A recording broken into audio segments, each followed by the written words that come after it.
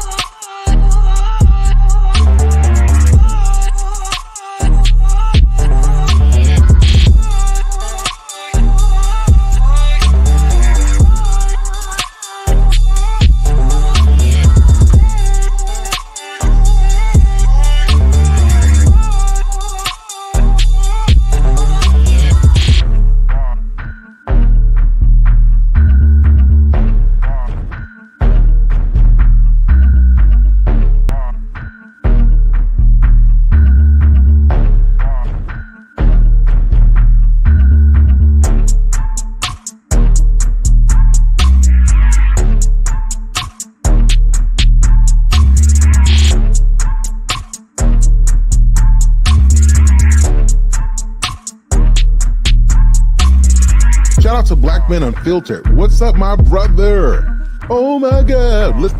My man, Black Man Unfiltered. Shout out to you guys. Go follow this smart man right here.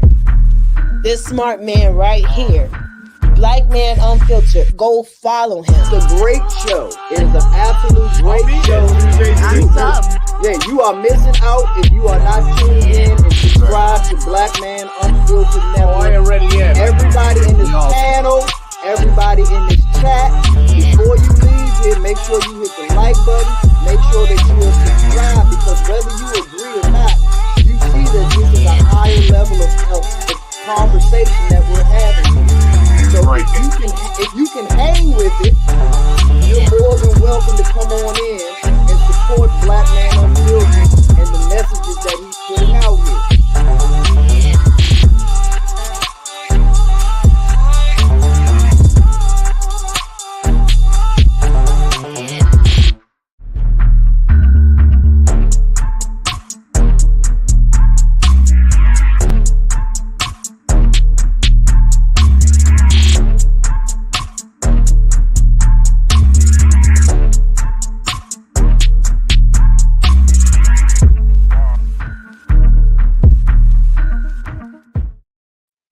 What's up, ladies and gentlemen? What is going on? What's going on? Hey, listen, first I want to thank everybody for being here. You know how we get down this Talk That Talk Tuesday. We're about to talk it out. Today we got a great conversation that's going to be had. We got a great panel. I know we always going to have a great chat. So I know you guys going to be chatting it up over here. Before we get started, guys, there's a lot more been added to Black Man Unfiltered. We will be having a celebration for the 1,000 subscribers. I haven't done it because I want to make sure everything went right first. And then when I went to do it, we lost Kevin. So I'm going to make sure that we get that done probably next Saturday so we can party it out. But while you're here, go ahead and hit the like button, hit the subscribe button. If you want to become a member, go ahead and become a member. We got membership now. If you want to go ahead and do that, if you want to send a super chat, do that to show some appreciation. But if you can't do all that, just hit the subscribe button, hit that like button, and I will love it all the same. It is so good to be here tonight. So, you know, I got to go to the sanctuary. All right. So let's go to the sanctuary. Let's see who's in the building tonight. Let's start up here at the top. Hey, Stephen Day, first one here. What's going on, family? What's going on, my guy? It's good to have you here tonight. Jenny, come on. I should have left you for last. You know, the best for last. Jenny Moreno is in the building tonight. 6913. How are you doing tonight, sweetheart? We got Von Bryant. I think I heard two niggas.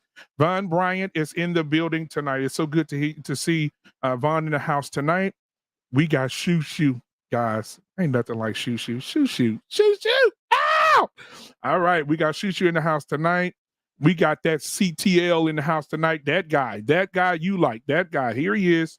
You see him. Hey, Chaotic Truth is in the building tonight. Good to see you, man. Primal Studies, come on, my guys in the building tonight, man. Pound for Pound is here tonight. Let's see here. Who else we got? Eugene Steele is in the building tonight. Come on, Eugene, how you doing tonight, man? All right, we got Luke Hazley is in the building tonight. Luke Hazley, hey, you changed your picture, Lou. I like that. You are beautiful. I love it. All right, we got the Great Pill podcast. Come on, we can't do it without Great Pill in here. The Chester Cat's in here tonight. Dangerously Active is in here tonight. My guy, Dante McCrae. Guys, Dante, the host of the sports show that'll be on tomorrow at 7 p.m. Central Standard Time, 1-in-1 sports show, call-in show. So, guys, call in, right? Call in and get your smoke on with these guys. They talk nothing but sports, 7 p.m. Central Standard Time every Wednesday, right before Mandrell at 8:30 Central Standard Time, all right? All right, we got Mr. Nimhard in the building tonight. We got Marcus in the building tonight. Come on. We got him in here. So, guys, thank you for being here. Again, hit that like and subscribe button. You want to become a member because after the show tonight, we're going to do a members only after show tonight, which is going to be on fire. So y'all go ahead and become a member. Now I want to go ahead and bring up everybody that's in the back. But before we do, I want to say something, guys. With everything that has happened over the past week, the death of Kevin Samuels, then on the other side of it, the people celebrating. I mean, it's been a crazy week. And I want to say that I think everyone, no matter what you think about someone, I started to rethink, everybody has a voice and everybody should be heard. And just because we disagree with people does not mean we should shut people out. Because can you imagine a world if everybody thought like you, everybody did what you did, had the same reactions and you did everything that you wanted to do? Can you imagine a world where everybody thought the same? And so here at Black Men Unfiltered, when I started this platform, I said that I'm going to give everybody a voice and everybody to be able to say it. Now that I'm monetized, we got to calm down this, we got to come down on the cussing and, we can't say certain stuff no more. However, we can still have a conversation, a decent conversation, and have respect for each other. But I wanted to say that I'm not running from anybody anymore. If someone wants to come on and have a voice, if someone wants to voice their opinions, we're going to talk about it. We're going to talk through it, and we're going to be respectful, and we're going to be the example of what that is, right? Mature adults having a conversation. And yes, we'll bump heads. Absolutely. Because some of y'all crazy, especially in this background right now. Woo! Some of them crazy, some of them throw it off. I'm telling you. I'm looking at them right now in the background. Some of them taking medicine right now. But no, I'm just kidding. But guys, I want you to know that I love you. We're going to have great conversations. We're going to continue to bring you great content, and we're going to get it in. So I want to go ahead and bring everybody up if I can. And we do intros over here. Oh yeah, I got to turn some music on and get everybody up in here. So let me go ahead and get this music started, man. Guys, do you guys like the musical intros in the chat? Come on, give me a 1 in the chat if y'all like those musical intros, because I be trying to get it in for y'all, man. I be trying to get y'all going, get y'all blood going. Yeah, let me get this started real quick. Put a 1 in the chat. This is the Unfiltered family, my guy. You're absolutely right, man. You're absolutely right. Who said that? Jenny? Yeah, okay, Jenny. And Stephen, they said, yeah, we're the Unfiltered family. Absolutely. We are that for sure. I think we got Shorty Doo-Wop in the building. Is Mandrill? Yeah. Mandrill, he just threw 2 middle fingers at me. I should leave his ass in the back. Okay, let's see. All right, yeah, here we go. I got everybody. We're finna get it right now. Let's go. Let's go. So, guys, ladies and gentlemen, we want to start with our ladies first in the building tonight. First, we want to bring to the stage my girl, all the way from Arkansas. Give it up. It ain't cooked, but it's raw beef. What's up, girl? Go ahead and bust a move. Let me see it. Hey, raw beef in the building. Come on, bust a move. Come on. It's not hard to fool me. Ladies and gentlemen, we got another lady coming up right now, all the way from New York City, baby. The most beautiful actress you've ever seen in your damn life. Got a smile that'll make you run away with her. Give it up for yours truly. Shoo Shoo's in the building tonight. Shoo Shoo. Let me see your move. Go ahead, Shoo. Hey. All right. Ladies and gentlemen, we got my boy in the house tonight. He's out working. But we got Tommy B in the building tonight. Yeah. All right, we got my boy all the way from Alabama. The guy Angelus is in the building. He ain't lost, but he's Angelus. Give it up. What's going on? What's going on? We got another Alabamian in the house tonight. We actually got 3. We got Shoo Shoo here too. But we got the Shorty Doo-Wop himself, the 5'3" wonder of the world. Give it up for Mandrell. Hey, all right. Listen, guys. Hey. My boy came in last week and dropped some dimes on us last week. He got the best background I've ever seen in my life. He's calm, cool, collect, got his hand on his chin. Smooth brother. Bernard S. is in the building tonight. Let's give it up. All right. Now listen, this guy went to Jamaica for a whole week. I didn't think he was going to come back, but my brother, he's back. Ladies and gentlemen, give it up for Mr. Bennett. He's in the building tonight. Yeah. All right, ladies, last but not least, give it up for yours truly, the dancing sensation of the world, the hurricane when it's dry outside. Chaotic Truth is in the building tonight. There he is. There he is. Oh, Lord. So listen, guys, before we get started, let's have a family reunion dance real quick. I need to see everybody moving their shoulders. Let's go. Okay.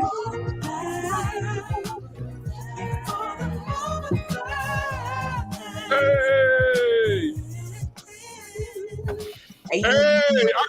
Bubbity, bop. Okay. Yeah. What's going on, y'all? How y'all doing? Doing well. We got the fan. Yeah, I want to talk to Mr. Bennett first. Mr. Bennett went on vacation with his wife for their anniversary. So welcome back, Mr. Bennett. Thank you so much. Good to be back. How did you enjoy yourself, Doc? Come on, talk to me. We loved it. It was a grand time for us. Beautiful island, perfect view on the beach. But we also got a chance to go into the community, see how the real folks live out there, and so it just gives you a lot of perspective in terms of knowing what you have here, but also the mindset of the people of Jamaica, just their work ethic and just how they take everything day by day. And it just you come back here and you just learn to stop complaining so much about what you think you don't have when you have so much. And so it definitely changed your perspective on that, and just just being around people who look like you, and there's a sense of being home, because I grew up for a part of my life in rural Georgia, so a lot of the areas that we were in kind of had that kind of feel to it as well. So I didn't feel like I was too far away from home. But again, just the warmth of the people there and the atmosphere, it was just great. So my wife and I, we definitely had a great time out there. Man, tell Miss Bennett we said hi. Will do. Absolutely. All right. And then also, Mr. Bernard S., how are you today, sir? Talk to us. I am doing fine as long as I'm here with family and not co-workers. That's all I got to say about it. Man. Hey, I'm loving it. I'm loving it, brother. I'm loving it. All right, Mandrea, what's going on? Shorty do what? I'm not that short. I'm actually an average height for a man. Okay, so y'all can go. I got to keep it YouTube friendly. So, you know, I'll tell you the awkward ones here is Tommy B. He's 6'9", some retarded number like that. He's a demigod. You're right. He's 6'4". No one's supposed to be that tall. Okay, why don't you pick on him? Oh my God, how you doing tonight, man? You good? Doing all right. How you doing, man? Man, I'm good, bro. All right, we got the Great Pill podcast in the house tonight. We got Angela. It's the first half of that podcast. How you doing tonight, bro?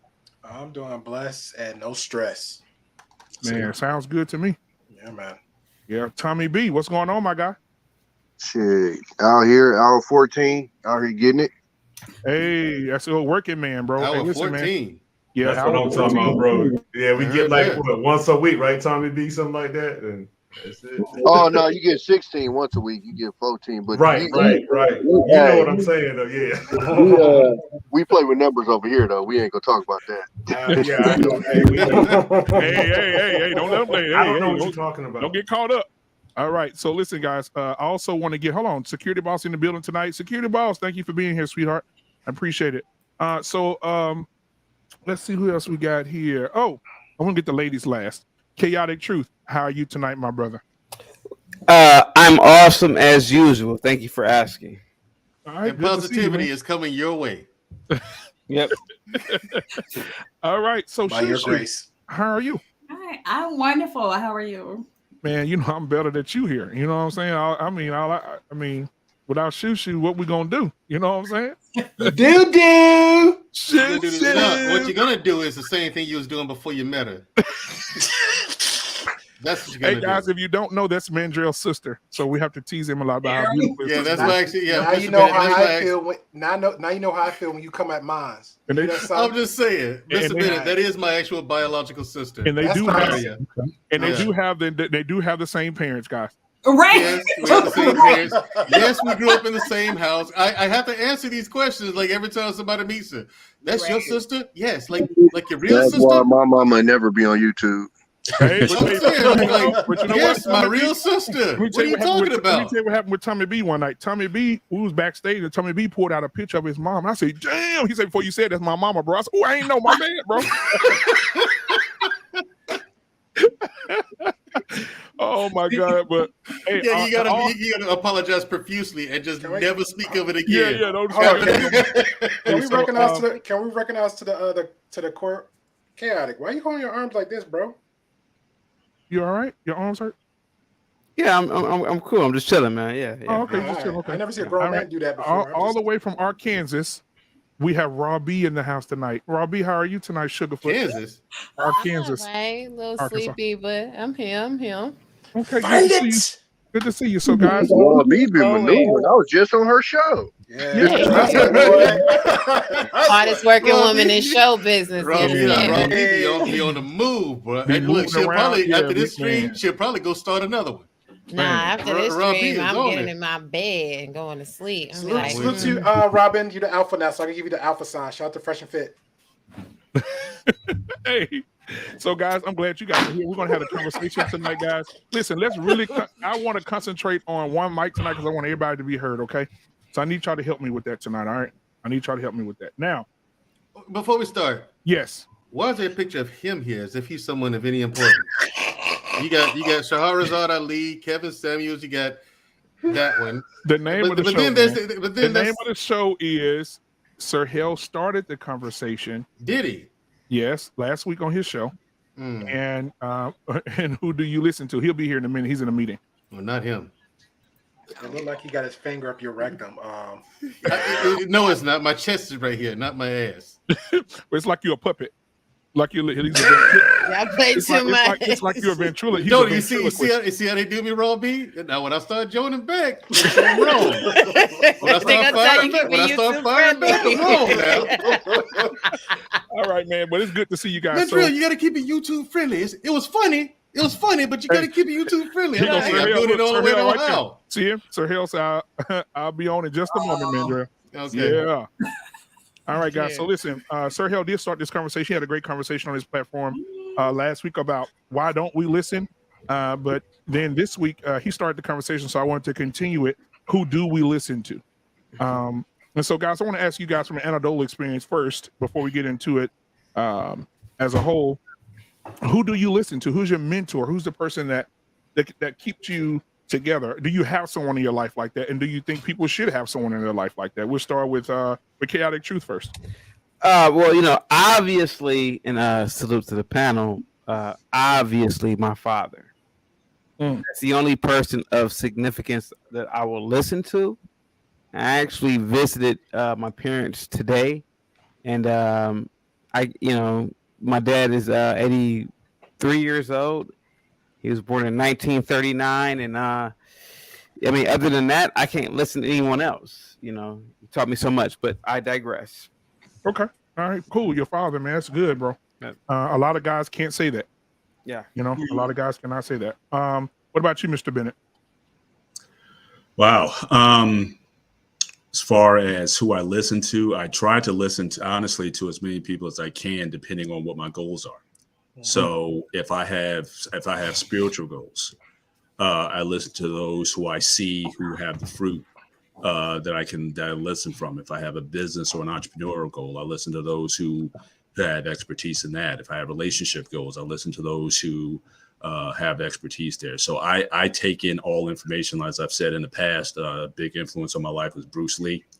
And one of the things that he always said was talking about, absorb what is useful, discard what is useless, and absorb what is essential to your own. So I think there's a lot of different sources you can gain information from, but then you choose from that information what suits you best. So again, I don't think I don't like the idea of saying like I follow somebody or that someone's my guru. But certainly for the goals that I find valuable in life, I seek out those who have expertise in that.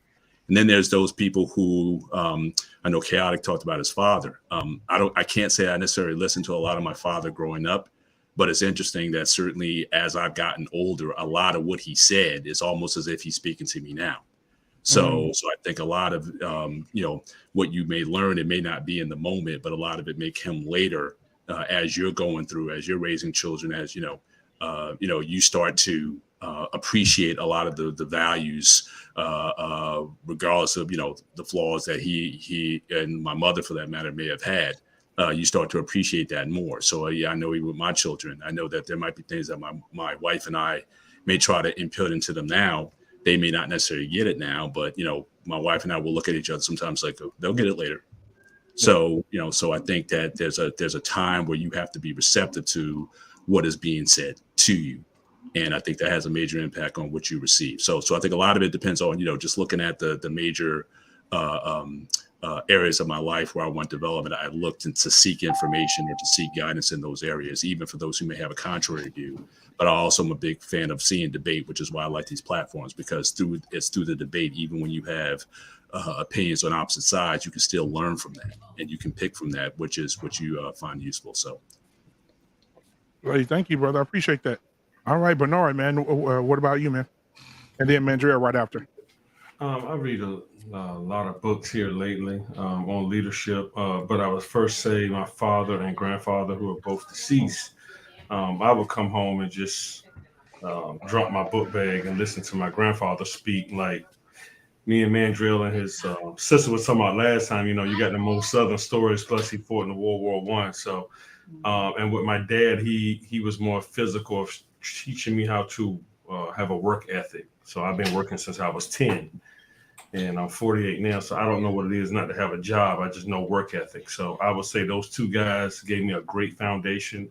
And when they both passed on within a year time of each other, I had a little gap there, and then I got back on track. So I would say those two guys and some other people that's come through my life. Mandrell? Well, I've had quite a few mentors in my time, but people I listen to now, I mean, I think I got it. You know what I mean? But as much as I go through life figuring things out for myself, it sounds arrogant for me to say. I think I got it, but the truth be told is that's the biggest and most important, and the one rule my father taught me and drilled into my sister and I's head pretty much since birth: think for yourself. Think for yourself. Think for yourself. Think for yourself. Never let anybody think for you. He over and over and over again our entire lives, think for yourself, But so I found myself doing that. It's to the point where I found myself doing that in life subconsciously. You know what I mean? It's kind of on autopilot. She and I have always second guessed what we heard first, unless it came from them. And even when it came from them, we questioned it. Okay. You say do this, right? Okay. What is the significance of this? Like, why do we have to do this? Why is it done this way as opposed to that way? They'd answer our questions, and that's how we learned. But it's still to this day, every once in a blue moon, I'll call my mother up. Hey, here's a situation. I don't know what I'm doing. What is this? Right. I'll call Shamaria sometimes, and she calls me a lot. Hey, listen, what do you think? What do you think this? Oh, well, here's what you do with that. Okay.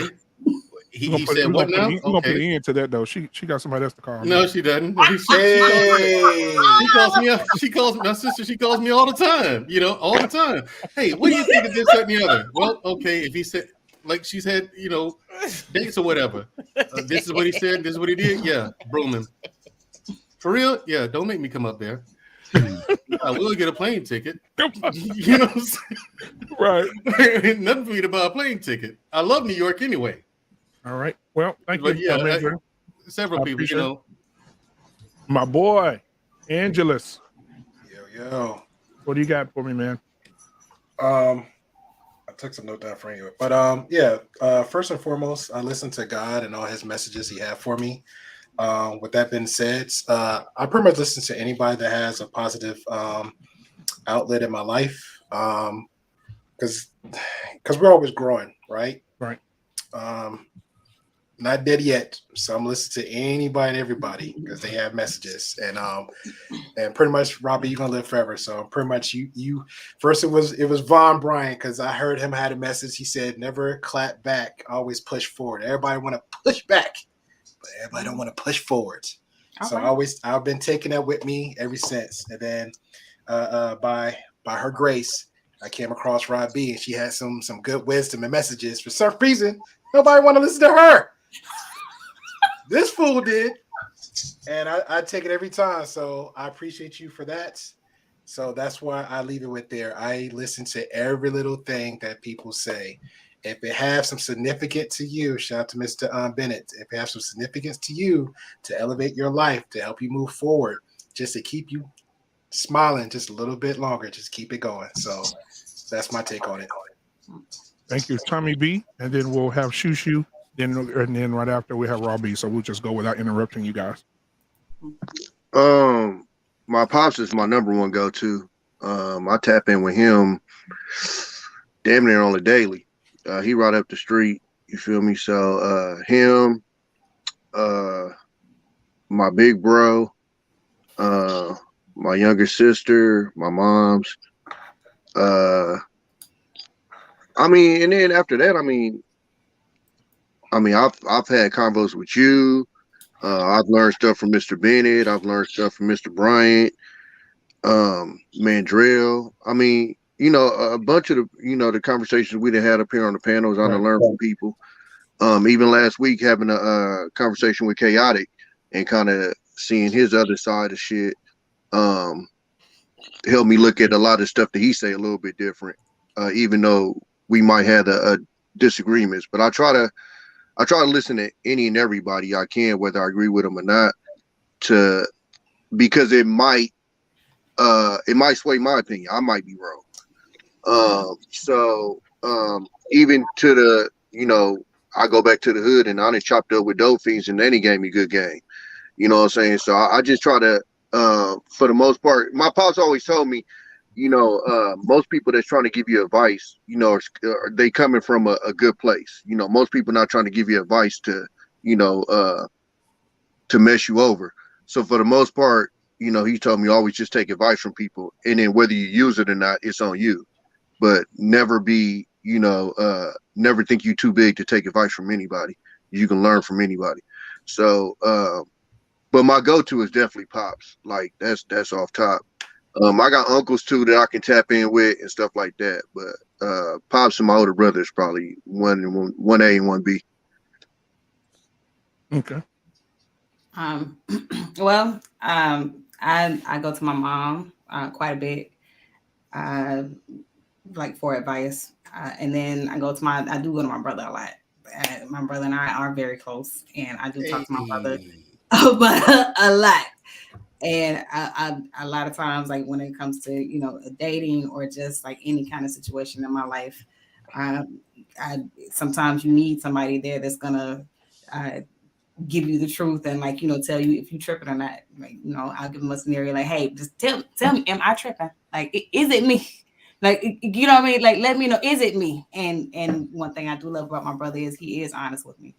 And I can always tell when he's about to tell me something that I'm probably not gonna win to hear, because he'll start off with, well, baby girl, well, baby girl, well, baby girl. I'm like, all right, I know what's coming. But I also I look at I study like philosophy, like Stoicism, Buddhism, Taoism. I get a lot of like jewels from those different sources also, just to get me through the day. And yeah, that's it. Robbie, you're muted. I always be muted myself, and then I forget I mute myself. I'm telling y'all, even on my show, I do it every single time. I'll be like, blah, blah, blah, blah, blah. Oh, shoot. Dang it. But I was saying, I listen to great leaders in history. Yang is kind of like one of my favorite leaders in history. So I spent a lot of time like studying him and his practices and how he united the whole Mongolian nation, like from being in exile. Like I most definitely listen to my mother. Like my mother's the best thing ever. Like it's life right there. And God, because I don't know what a lot of other people got going on. I do agree with y'all though. A lot of people have meat sometimes, but some people, you know what I'm saying, they like extra juicy steak. Like you could just be like, ooh, give me the A1 sauce. And then some people is like, some ribs, they look good and meaty, but it's really mostly bone. But I believe that listening definitely is an art. And no matter what, even when it's hard to listen to people, sometimes the conversations are worth it. Mm-hmm. All right, thank you, man. It's for me. I'll answer it as well. It's my dad, but mostly my grandmother. I go to her for a lot of her wisdom. She's 89, and she got a lot to say. She's been around a long time, and so I get a lot of information from her, a lot of stuff, a lot of sayings, a lot of things that she went through, and it make you feel like, damn, what I went through ain't nothing, and just like what Mr. Bennett just said about being in Jamaica, some of the things that they experience, you like, ooh, I need to take a second look at what I'm doing. They went through way worse, but it's mostly my grandmother. Now that we've all answered that question, my question would be everything that's going on in the world right now, as far as in our community here, with our people, why is it so hard for us? We have our particular people that we listen to, but why is it so hard for us to listen to other people that want the best for us? Right. And I put those pictures on the background for a reason. Miss Ali and Miss Ayanla, right? Ayanla was on the other side of the fence not too long ago. Right, yeah. She was about 20 years ago. Y'all leave Ayanla alone. And then Brother Kevin. I wonder why we have so many people that would rather destroy the character of a person rather than listen to that person's truth. So why do you guys think that is? Anybody can go. Jump in. We are looking at it on TV every day when we see politicians do what they do, when literally they're essentially telling people to pick sides. Like I firmly believe most people are in the middle, but they won't even allow you to even be in the middle. You got to either be far right or far left, and if you're not, I've literally, because I don't like either side, and most people that got me on Facebook know that, I've been in Facebook jail multiple times. But the funny thing is, it's been from both sides. I've been put in there from conservatives and liberals. Because I just don't, I don't just walk because I'm supposed to be this or that. But I think society has come to a point to where people just like to be in echo chambers, and they like to hear what they like to hear, and they like to be comfortable. And as a society, that's what it's come to, and that's why it's such a big split right now. Is because everybody wants to sit in echo chambers, and as soon as you say something slightly different than what they say that you're supposed to say, then you get snapped on. And nobody's I don't think anybody right now is listening to learn or to even listen. They're just listening to respond. Go ahead, Chaotic. What was the question? The question is, why don't we listen to, say, for instance, like for years? Let me get some more perspective here. For years, Miss Ali was telling, "Hey, we need to be this way. The family's going to be destroyed if we don't get the family back together." And that was 20 years ago, 25 years ago. 30. Oh, okay. How was Ali? I was there. Yeah. And she said that 30 years ago, and to this day, it's only gotten worse. Why don't we listen to people that are speaking the truth, chaotic truth? Do you really want me to give you this answer, Black Man Unfiltered? Yes, I do. Go ahead, brother. Shahrazad Ali. She wrote a beautiful book back in 1990. And that book still stands tall to this day. She wrote a book about self-accountability. Geraldo had her on his show. Do you remember that? Yes.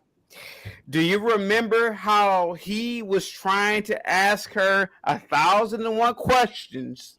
And she said, "Sir, are you a black man?" And he said, "No." And she said, "Well, sir, I didn't write this for you because you're Puerto Rican. I wrote this for the black man." That beautiful black woman,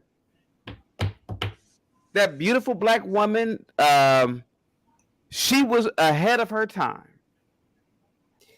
She is hated just like Kevin Samuels is hated because they have preached accountability.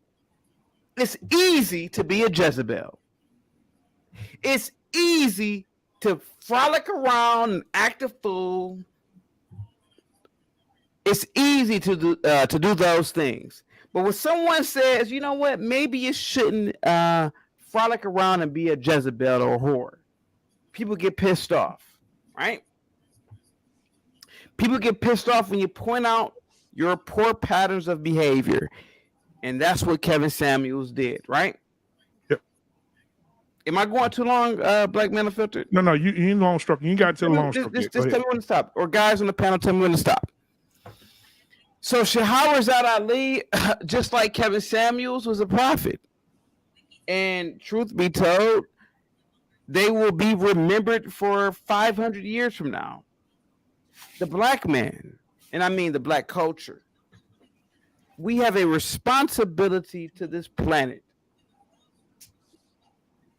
to represent conservative ideologies. And when we don't, you get the Cardi B's, you get the Meg Thee Stallions, you get all these people frolicking around. I love Shahrazad Ali. I never met her, but I have met plenty of members in the Nation of Islam. And these people hold dear to my heart. And Kevin Samuels, even though he was not in the even though he was not a member of the Nation of Islam, his conservative ideologies, though, are met with hostility by women who are Jezebels. He's a prophet, and you won't see this kind of prophecy or man of prophecy for another 1,000 years. What say you, sir? Go ahead. Wow. Okay.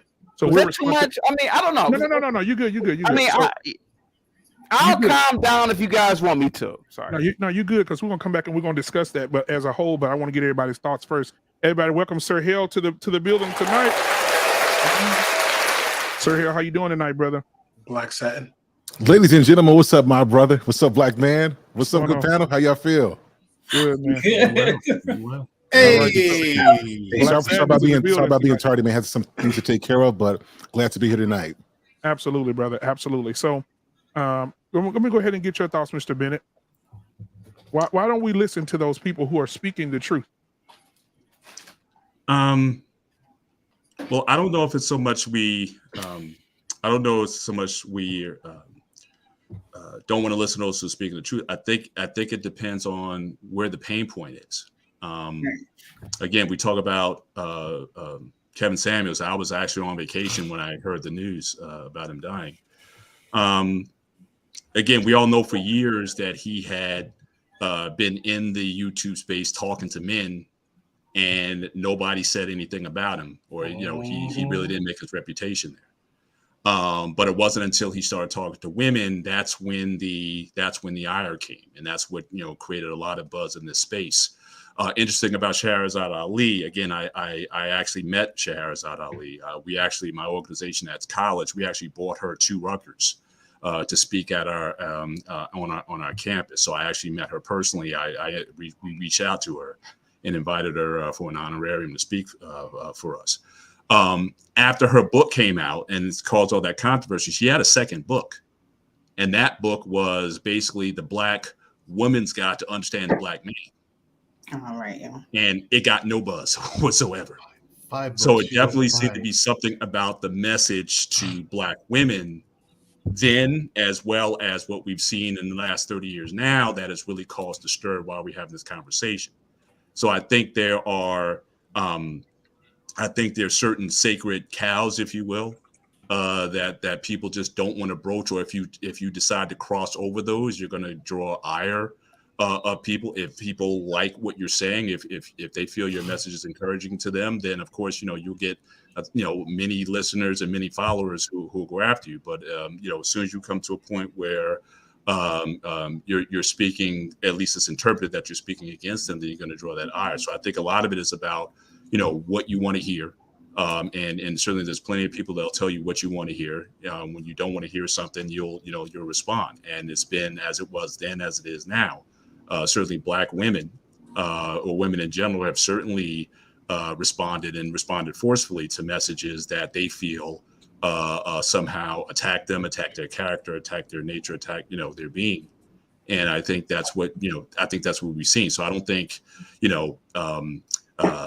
as far as the waiting 1,000 years, like I said, it's been 30. Because again, obviously Mr. Samuels referred to Sister Ali a lot, but even going back before then, apparently this wasn't a major problem in our community with our parents or the parents before them's generation. So this is a relatively new trend the last 70 years or so, where we've had these changes in our community, and people have been trying to get us back to some sort of conservative mindset when it comes to marriage and family. And there's been a pushback. So, but we all know the movements that have happened, the women's movement, the feminist movement, lots of shakeups in our community. And everyone's just trying to, capture the space or capture the audience there. And so I just think that it's not so much, why people don't want to listen. It's just that, you just don't want to listen to something that you feel is offensive to you or goes against, how you see yourself. And, people have responded and sometimes aggressively or angrily against that. Thank you. So Robbie, what are your thoughts? Why aren't people listening to Robbie when Robbie is speaking truth? Why aren't people listening to Kevin? And that's a damn good question. Why aren't people listening to you? Because people can't handle the truth. People don't realize truth is absolute. It's not pointing aside. It's not pointing a finger at one side. Oh no, it's all here. Oh no, it's all here. Truth is looking at the whole. I was taught ever since I was a child, if ever there's a discrepancy, you don't listen to one person's side of the story. You bring everybody together. You make everybody tell the story in front of you. And as you listen, the truth has a tendency to just fall right on out. We live in a society where people want to play the blame game instead of getting to the solution. in a nutshell. Right. And since I've been on, guys, if you go back and watch some of my earlier stuff, I'm gonna start putting it back in there. One of the verses that I used from a biblical standpoint was, have I become your enemy because I tell you the truth? And I used to have that flashing right before my show came on. I need to put that back in there because I think that was true. I think a lot of people become your enemy when you tell the truth. A lot of people don't like it. A lot of people don't like constructive criticism. A lot of people don't like to be told the truth. You know, if you wear a 2X shirt and you got on the medium shirt, you should be told that. I think that, you know, and I'm being, you know, facetious here, but I'm just saying, you know, I want Sir Hale to say, hey, sir, you know, Black Man Unfiltered, take that off. You know, I mean, I think that's what should happen. I think Mandrell, you know, Mandrell's gonna say, hey, turn your camera off and go change it. You know, I think it's more the men will hold each other accountable in that matter more than I think the women would do. But we're gonna get into that as well. Bernard S., what are your comments on this, sir? I have been saying, and I'm gonna talk about it a little bit. People don't like the mirror. Nobody likes the mirror. Nobody likes what they see. And that's truth. That truth is also uncomfortable. When you tell somebody about themselves, it's facts. And it's just like the name of my show. And the truth is uncomfortable. And for some apparent reason, you become the bad guy like I do at work. I'm known for telling people about themselves. And I have people come up to me and say, I wish I could be like you. I said, well, you can be anything you want to be. Unless you want to continue living a lie. So what I tell people, what I tell my son and what I tell my daughter and my nieces, it's what I tell everybody right here and what I'm going to say on my channel is you might as well just be yourself because everybody else is already taken. So when you get feedback, I would want you to tell me, yeah, there's a booger hanging on my nose. I don't give a crap how you tell me. Tell me because I'm being seen by the world. And when you have somebody that comes in that was passionate, like Kevin Samuels, and my sister, who book is right here behind me, I was going to just bring it up, but you know, it's right here on the shelf. Y'all can pretty much almost see it, the yellow book right here. And you have to get out of your feelings. Your feelings will get you caught up in things that you don't need to get caught up in. If somebody's telling you something about yourself, you ought to be glad they care enough to tell you. That's how I deal with people now. Because at first my wife was like, you need to work on your delivery. I said, well, sometimes I'm just getting tired of people. And when our people. And so, and one of my favorite verses is Matthew 10:36 I live by. And a man's foes are those within his own household. In other words, New Translation says a man's worst problems are those within his own family. But what's the problem with most family and people? You can't tell them nothing. Nothing. Everybody gets an attitude. Yes, sir. And then for all of us that are up here that are successful on this panel, you deal with that now when you tell them what they should be doing after they just ask you for your money that you work for. But just because you told them the truth and say you too old to be asking me for money, they get an attitude. So a lot of people don't like the mirror. They don't like dealing with the truth because, yes, the truth hurts. Like my brother said, it depends on where the pain point is. Very good point, brother.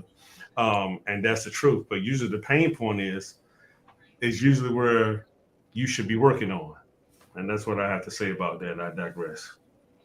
Thank you for that. All right. So we'll hop over here to Sir Hale Speaks. You just came in the building. No, before you do that, because I have someone backstage. Before we do that, Sir Hale, D Savage can't stay, but she did want to give her perspective.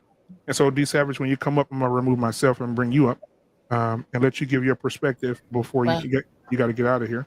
Hold on a second, because my son actually is over here doing too much, so I'm gonna actually fall off for a little bit and get him squared away. And then okay, come back. Okay, cool. All right, so I'll bring D Savage up. D Savage, what's going on? Can you hear me? Can you guys hear me? Yeah, we got yes. Good evening, everybody. I'm so sorry. I am a little discombobulated because it has been an extremely long day. But yeah, I just wanted to jump on real quick. I was actually trying to work on a little technical issue over here. So just give me 1 second. How's everybody doing? You good? You good? While you getting that together, I'll go ahead and let Sir Hale speak, and by that time, you should be good. Okay, thank you.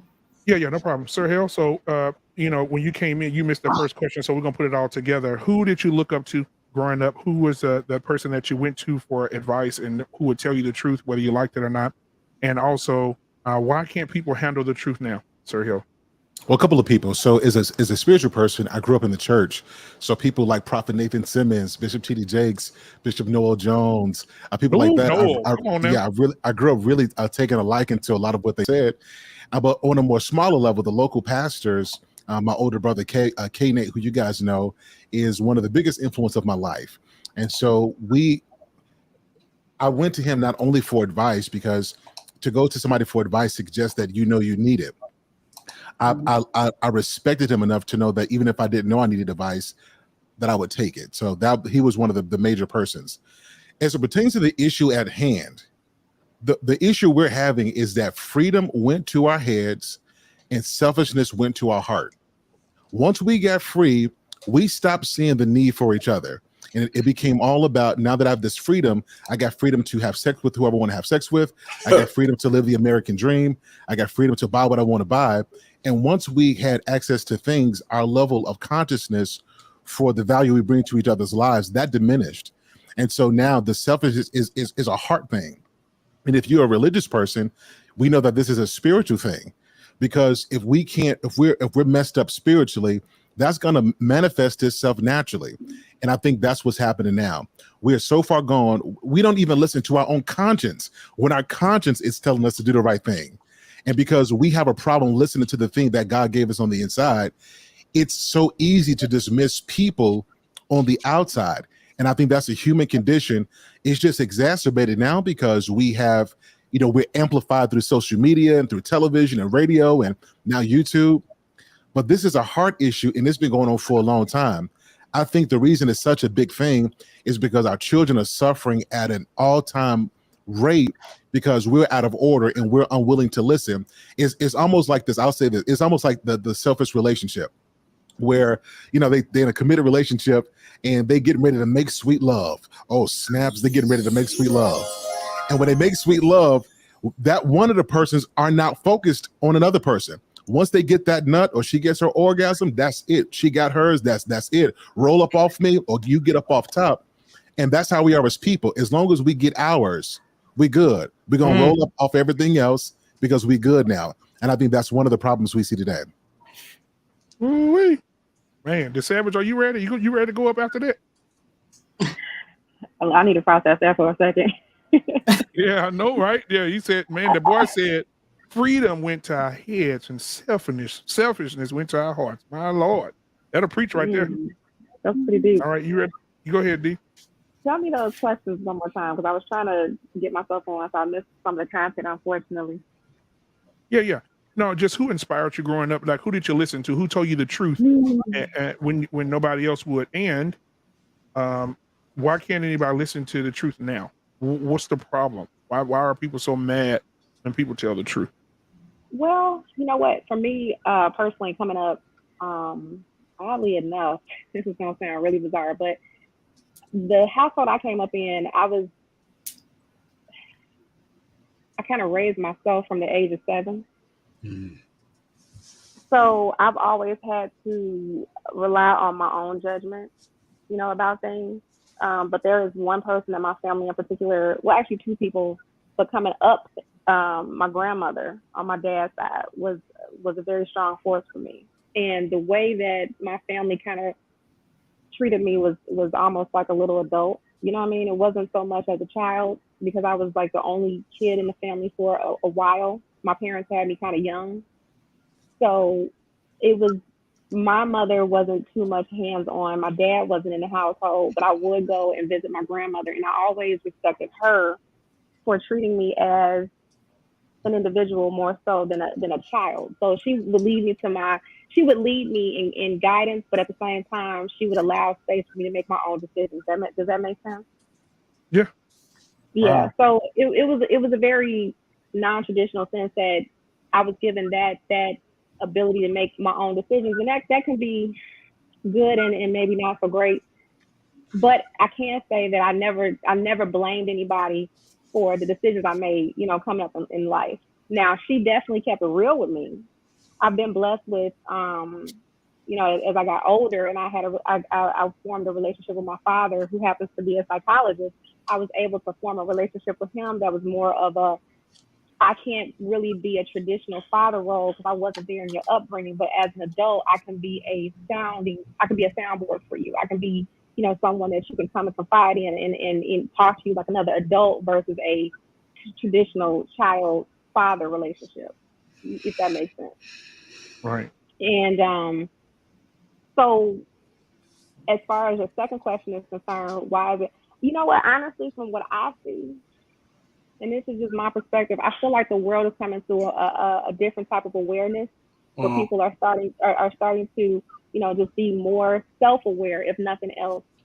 And what I'm seeing is that people are able to listen to others. I'm not really getting that where people are not wanting to hear. I do still see some people who are not aware of themselves.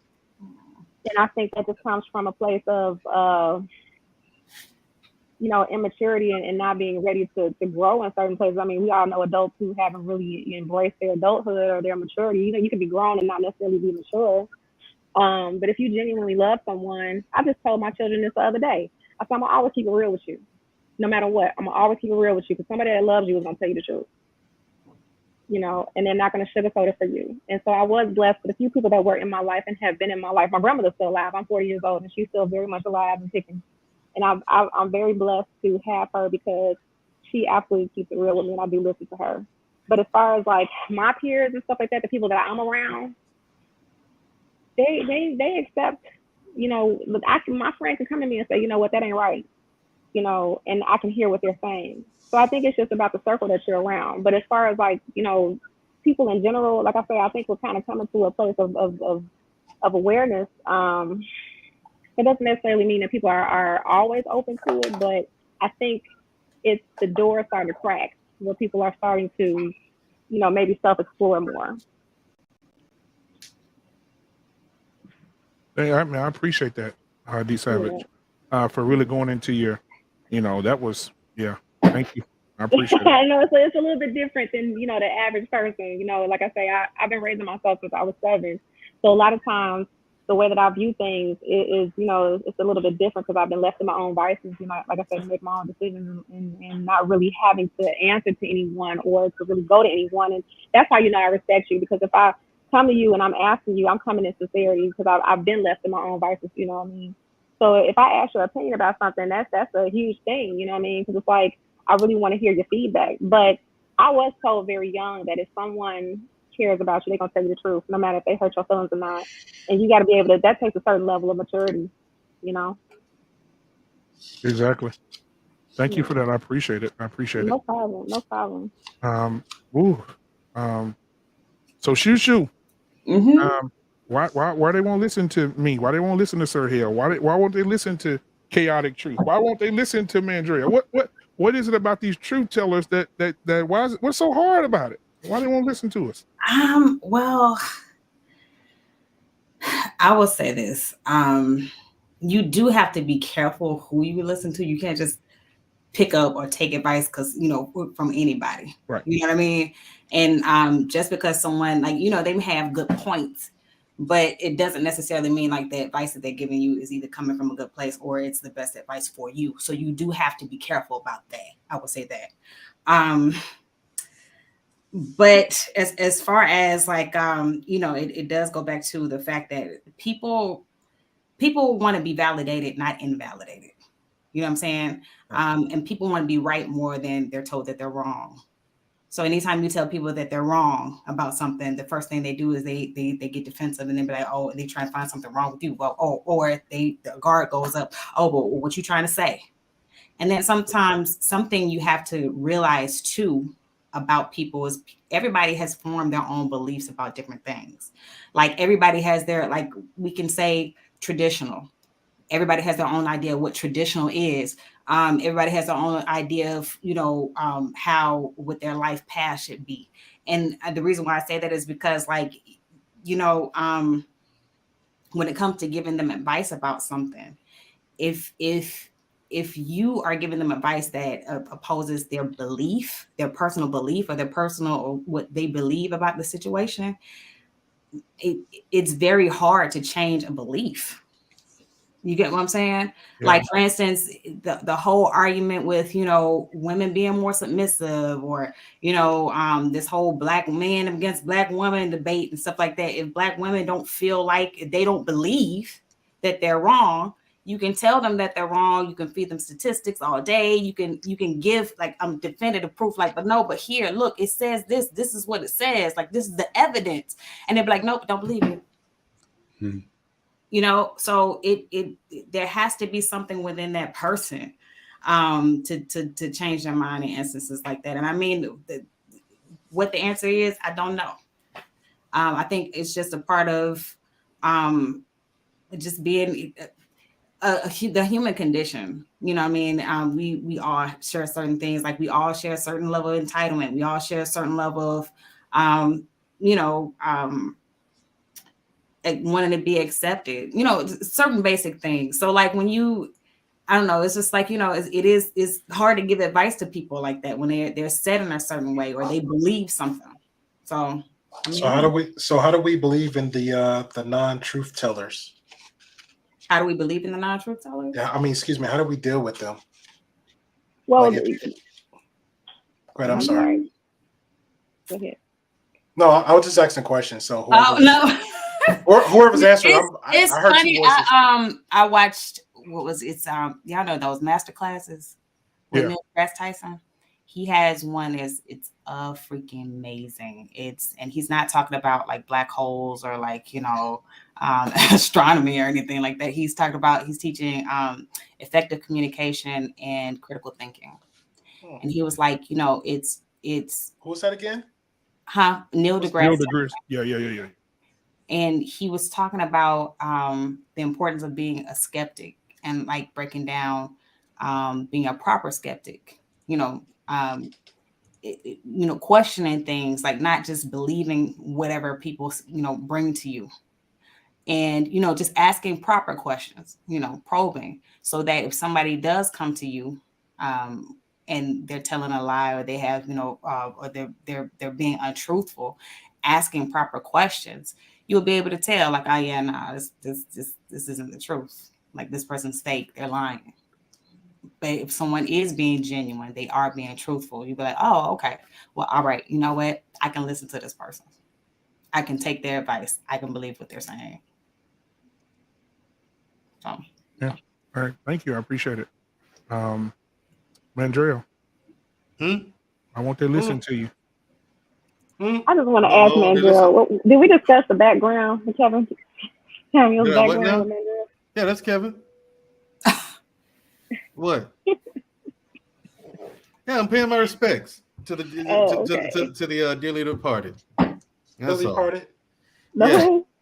To the dearly departed. I'm paying my respects to the dearly departed. Yes. Okay.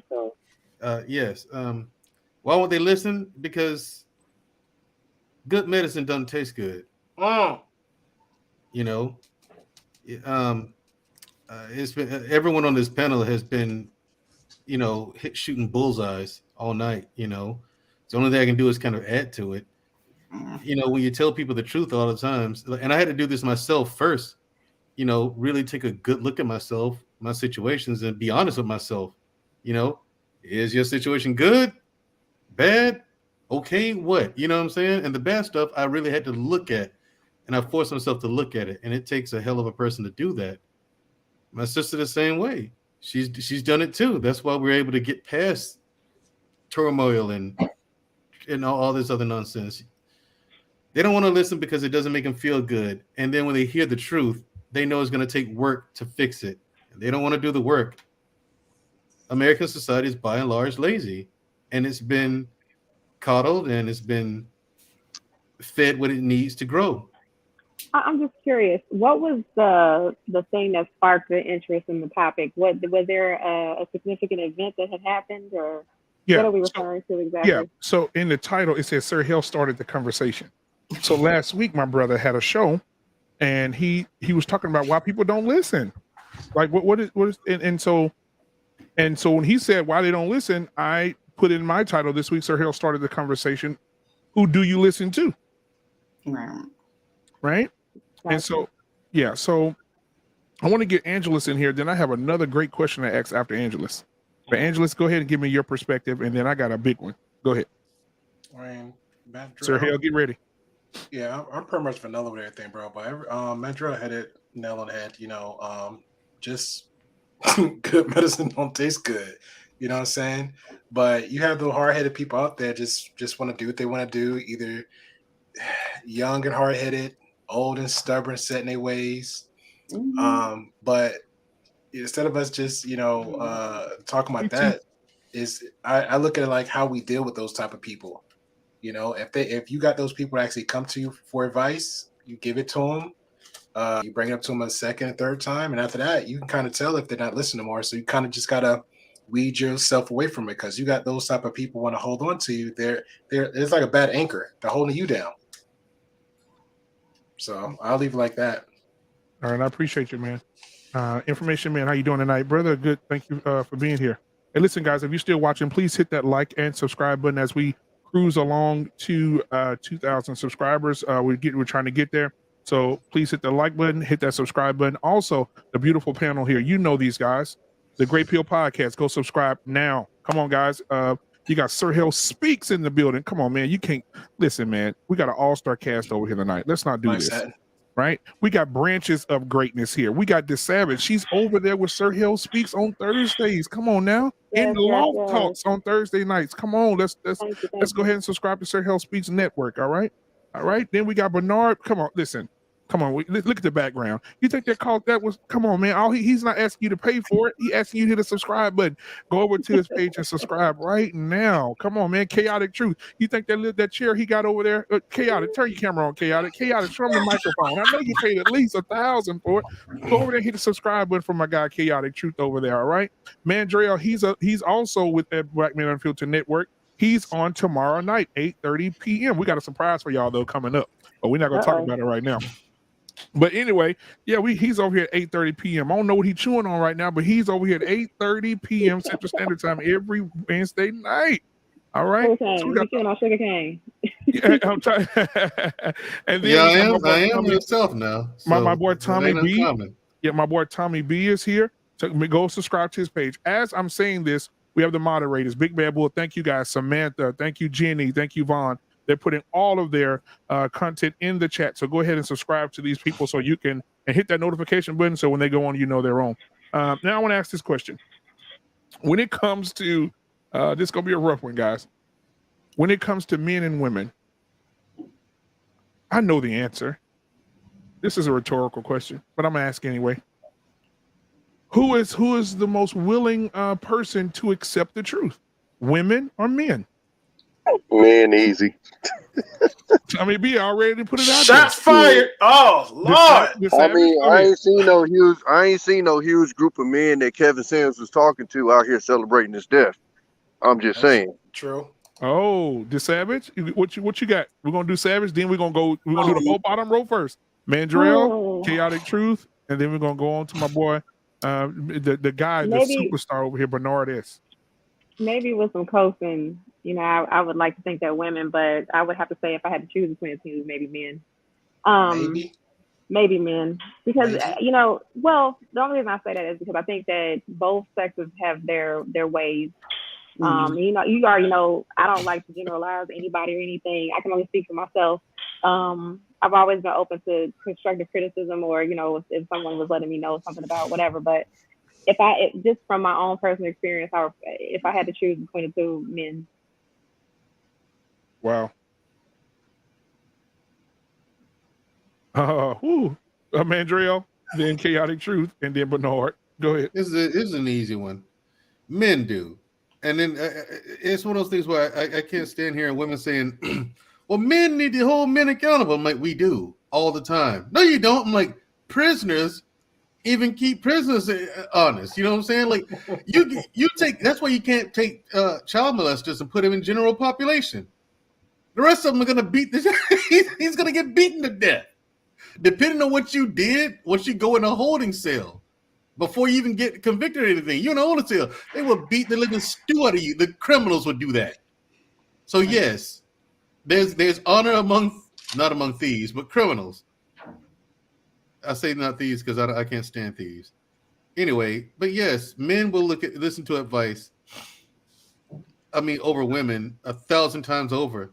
Women are just, especially of today, you're just recalcitrant, unruly. You don't want to be told what to do or given direction. Most of you. So this is what I would say. I mean, I understand you all have your own experiences and your own perspectives and things of that nature. I've never been in jail, Savage. I mean, I'm just saying. Well, no. Let me finish my statement. Because I do agree to a certain extent. You know what I mean? I just don't. I'm never going to step into the mindset of a man and say that this is, like you just made a statement that women are unruly and some negative remarks. I'm speaking in the general. I mean, I'm speaking in the general. I know, but what I'm saying is that I'm not going to step into a man's perspective and think that I understand you guys in totality. I'm open to understanding your viewpoint, but I'm not gonna put you down in any kind of way in the process. That's all I'm saying. Oh, fair enough. Well, I'll just say this: yeah, men do hold men accountable. I don't see the same thing on the female side. I mean, I appreciate it. We can make this pretty simple. It's not taboo to ask a man his age. It's taboo to ask a woman his age. It ain't taboo to ask a man his weight. It's taboo to ask a woman his weight. Those are truths. I'm just saying. What I'm saying is that what I just don't like is that when we make statements about the opposite gender, there's always this undertone of a negative insult. So like some kind of underhand insult. No, when I was saying that, it had nothing to do with anybody being unruly, anything like that. I'm saying generally, when you look at it straight up and down, women generally, I mean, a lot of times they'll find reasons not to take the truth. Oh, your tone. Oh, you're this. Oh, it was the wrong time of day, etc., etc. It's just most people's experience that I know. That's generally how. Even my sister, me and my sister, we pretty much essentially go to my dad for anything. My sister literally picks when she's going to go to him because she knows, depending on whether she wants to hear the truth or not. So if she goes and she's cool with hearing the truth about it, she'll call him. But then she'll make a decision where she know damn well she should have called him, but she didn't want to hear what he was going to say because she knew he would have probably had something, that she didn't like to say, so she wouldn't call him. Whereas I'm the opposite. Even if I know that he's going to say something negative about something I'm saying, I call him just to hear that, in general. Can I say something? Because I think it's going to be a unanimous vote across the board at this point that men can take truth better than a woman can. And I think a lot of that is, let's put the cards on the table. Most men who are in their daughters' lives treat their daughters like princesses. Because when you think about it, if any dude came up to your daughter, a lot of guys don't even want to think about the thought of their daughter dating. Like, oh God, what's the first thing they say? Oh God, when it come years down the line, or you know what I mean? She can date when she in her 40s. Like, come on, dog. Like you know that's unrealistic. But the bottom line is a lot of people, particular men do, especially for the ones who raise their daughters, raise their daughters like that's daddy's little princess. So when she grows up and traditionally speaking, when a woman leaves her father's house, she's supposed to go into the home of her husband. And so you don't want your daughter to leave your house going into the arms or the hands of a man who's not going to treat her like she is precious. So we can't undermine the fact that has been instilled in women. And you think about it. If he was even there to begin with, if the father was there to even begin with. Not one man on this panel can get small with me and my brother not going to say nothing. You get what I'm saying? So we can't pretend like this didn't come out of nowhere.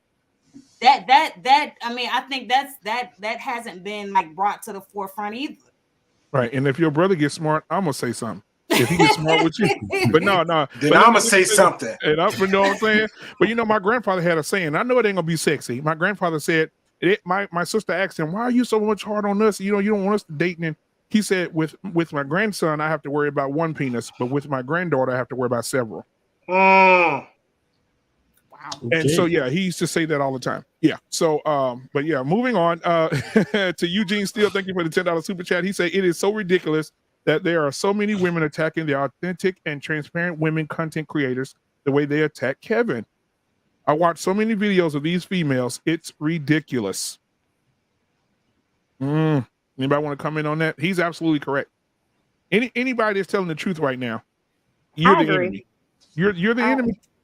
Yeah. But back to your original question though, in terms of who's more, since again, who's doing the attacking, where is it coming from? I think you can't deny that. Right. In these spaces, I grew up just in the 80s and 90s where you had, the organizations that we belong to, the fraternal organizations that we belong to, men in general were raised in situations where there was sort of this brotherhood of accountability. Because historically, we were the ones who went to war. We were the ones who had to have a certain standard about how we conducted ourselves. But I think that's changing, where I think you have more women occupying spaces that men used to occupy, and men not necessarily being held as accountable. So I think, to answer to your question, I think this is a sort of a moving target. It might have been one way for a period of time, but as women have moved into certain roles and men have moved out of those roles, I think it is changing. And I always talk about just my childhood, how I was raised. Again, the first 13 years I was with my mother. And the way I was raised was such where, again, I was very sensitive. And when I got with my dad, he had a totally different way of doing things. And so when you talk about accountability and those things, it was a very different vibe. So I think that, how we're raising our sons, our men, I think, are becoming more sensitive as time goes on. I think, so I think it's a dynamic where I think both of us are becoming less able to take criticism or to be held accountable for things. But I think the institutions that have traditionally raised and trained men, armies, fraternities, organizations. I think even Brother Mandrell talked about the prison system. There's codes that men traditionally have had to abide by, regardless of how you felt about it. You just accepted it. I think those things are changing. So I would certainly opine that I think men can generally take it more, but I have seen that this is changing, where men are definitely becoming much more willing to want their feelings validated more so than in the past. So I think that what we're fighting here is, I think we're fighting this tradition or for centuries, if not millennia, in terms of how men and women were raised. And now in the last 60, 70 years, again, we've seen such changes in society where a lot of these structural, these foundational things have been challenged and have been changed. And so everyone, I think, is becoming different because of, just how our society has changed and so rapidly, how things used to be institutional for thousands of years, of now in the last 70 years, things have gotten to a point where, I think everyone is questioning, what is manhood? What is femininity? What is masculinity? What is, everyone is questioning identity. And these changes are happening so fast. I think it's changing faster than we've been able to grasp and comprehend. Yeah, I appreciate that. Hey, so Chaotic Truth, what you got for us, brother? Chaotic Truth, you still there? Oh, he probably in there with that Jergens. I'll text him. Hey, shout out to Jergens. So, Sir Hale Speaks. What do you got for us, Sir Hale Speaks? Well, so a couple things. So mine is going to take a little turn. So I agree with, I forgot who said it a moment ago. I want to say Shamiria. What you said, I completely wholeheartedly agree with. So it's a couple things. Number one, it is because of me and how we raise our daughters. I think that a lot of times we coddle our daughters because we think that that's protection. And if you don't tackle the instinct to be selfish and to be defiant and to be manipulative, what a lot of young girls are is part of female nature, human nature, but you see it a lot more expressed with women. If you don't tackle that early, it's going to get bigger as they get older. So she grows up, her father doesn't check that. Her mother does the same thing because she wasn't been checked. So now that behavior is a cycle. And now this becomes a template that she lives with. So she gets into her teenage years. And so the young boys are not interested in her development. They trying to tap that at it. They're trying to tap it out, right? And so they're not going to tell her the truth because they want to get that wop, right? So when she gets older, you know, and she has children, no man is going to tell her the truth either because they're trying to get that as well. So this young lady goes her entire life without anybody giving her the truth, either because they're trying to protect her or because they're trying to get something out of her. So I do think that a lot of this falls on men.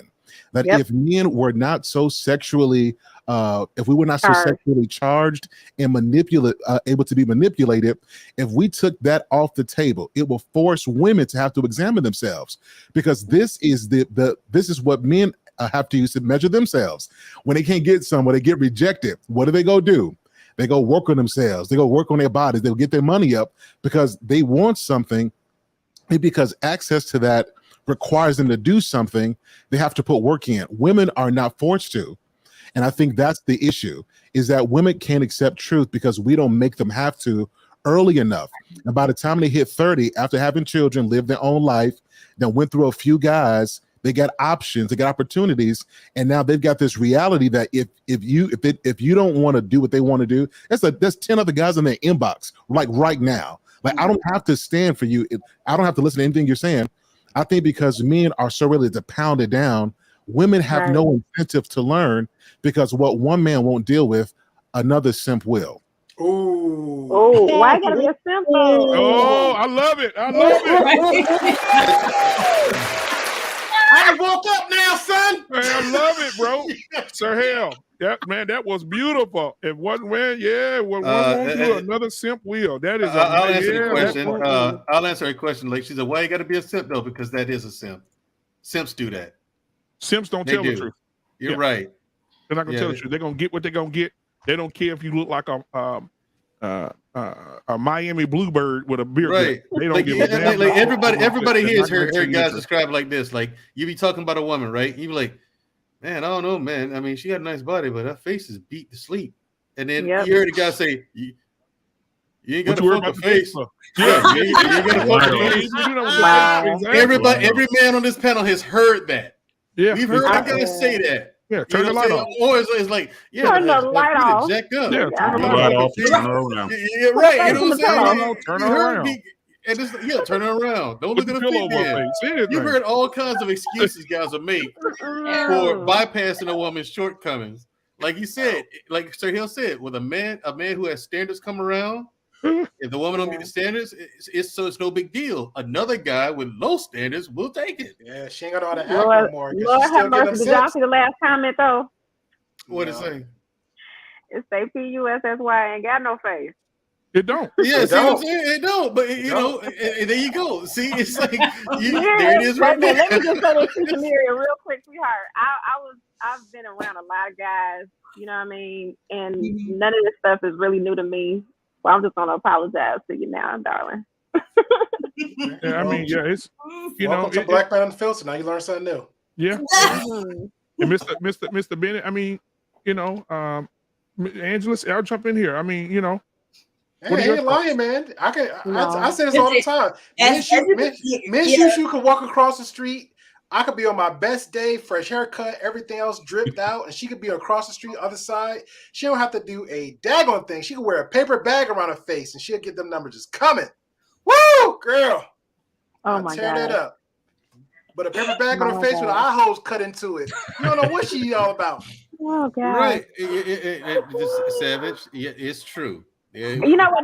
No. I'm saying this is nothing new to me. I have more male friends than I do female friends. Yeah, you hear them jokers say crazy stuff all the time. Every man in my life. But it's not crazy. That's fact. But it's not crazy. That's facts. That's just it's facts. But the only messed up part is, as far as the listening part goes, that's when those guys, the simps, they need to be listening to themselves too. They need to be the ones leveling up and try to get to that confident side, or that self-validation where, like, I don't need to simp to get that type of woman. Like, we have limits. Like, let's keep it 100. I don't think I'm the best looking dude. I don't think I'm like the richest. I know I'm not the richest dude and all this stuff, but I know my limits. I know I can't get. You just know your limits. But do I have enough? I'm gonna ask. Is she what's going on, girl? She tell me no, it's no. I'm gonna go by my own way. That's it. But you have a dude all in shoot you DMs, texting her every day, breaking her neck. But you have the women breaking down like, let me just give him the number anyway. But they still don't know how to act. You know, Those lay are back, simps. just lay back on the bed. Go ahead. You know what I'm saying? But yeah, so I mean, but no, If men could control their sexuality, they would fix this. If men could control their sexuality, all this stuff we talking about wouldn't even be a problem. But because we got, as soon as she offered, we got to go get it. Now it's like, so this is why I'm not so heavy on it's the woman's fault. I think there are a lot of things that stem from women. There are a lot of things. Let's be clear. But a lot of this stuff, if men could control their own sexuality and say, you know what? Hey, I would rather, now listen, I'm going to say this as blunt as I can. If there's some things you need to take care of yourself, if that's going to require you giving your power away. But because too many guys, if it's got ass, if it's got titties, and if it's wet, you will lose your entire mind for that. You're weak. And you got to get some more strength because a lot of us are creating a problem we're complaining about. So you got to control yourself, fella. And when you can control yourself, that's going to help the problem. It's not going to fix it all the way because women have a responsibility as well. Yeah. But a lot of us guys are contributing to this atmosphere. And then when we done our part and we're done and we look at what we've created, we don't want to take any ownership for that. And we got to do better than that. We got to stop shooting out. You got to stop shooting our sperm in trash cans. I would like to point out the fact that Sir Hale just said ass and titties on a worldwide live stream. I just like to point that out. No one said anything. No one made a face. Nobody. I'm just keeping it 100%. I'm like, this is to give it 100%. Wait, Sir Hale said this? Listen, I totally agree with Sir Hale 1,000%. Of course you do. Well, no, I'm serious. Like just on a for real level, like not just because I'm on his network. And I believe you. I believe you. I believe every word you're saying. I just, first of all, hello, sir, at the new version of you that I'm meeting this evening, because I have never heard you speak that way. And I ain't mad at you because you know last week changed me. Go watch. Okay, somebody bring me a breath. What happened last week that changed? That's gossip. We'll talk to you behind the scenes. We'll talk to you behind the scenes. Gossip. Okay. Yeah, see, the Savage agrees with me. Like Sir Hill doesn't talk like that. Okay, like, but that's again. Something must have happened. Something must have happened. It's called gossip. Hey, y'all, this for Mandrea. This for Mandrea, guys. I don't remember asking you a goddamn thing. Exactly. Okay, so moving forward. And when does it ever stop? When does it ever stop me? Moving forward. When does it ever stop? Okay, so Bernard, I want to get Bernard in here. So Bernard, what are your thoughts, man? What are your thoughts on the matter, brother? Well, I'm gonna probably I might get Sir Hill to say that thing, but anyway, I'm gonna follow Sir Hill. About to take a turn. Yeah. Oh, hold on. I got it for you. Give me just a second. Sir Hale speaks. Solo camera in 3, 2, 1, and go. Ladies and gentlemen, this show is about to take a turn. Bernard, go ahead. Well, I agree with Sir Hale because exactly what he said, that leaves the women stuck in the in-between. Yeah. So what do you do in the in-between? Because where I'm going to go at is when you got certain simps out there, what they do, or even men, not the simps. I know she the baddest, so even if I'm not gonna stay with her, I'm gonna make sure I have a baby by her, so she'll always be connected to me. How about that? Oh, that's so we about to take a turn. Can we talk about that? Throwing babies and people. So I'm like I said, I'm just taking it there for you, D Savage, and for the ladies in the chat. Nobody talks about that. It's the uncomfortable truth. Yeah. And guys do it all the time. Women do it too, knucklehead. Women do it too. Women do it How too. does that relate to women not accepting the truth? I'm confused. Oh no. I was just they had took a. Oh, okay. We all agreed that we all agreed that. I can answer that adds up just a little bit, Tommy B, because some men out there it don't add up at all to me. I sincerely don't agree with what he said.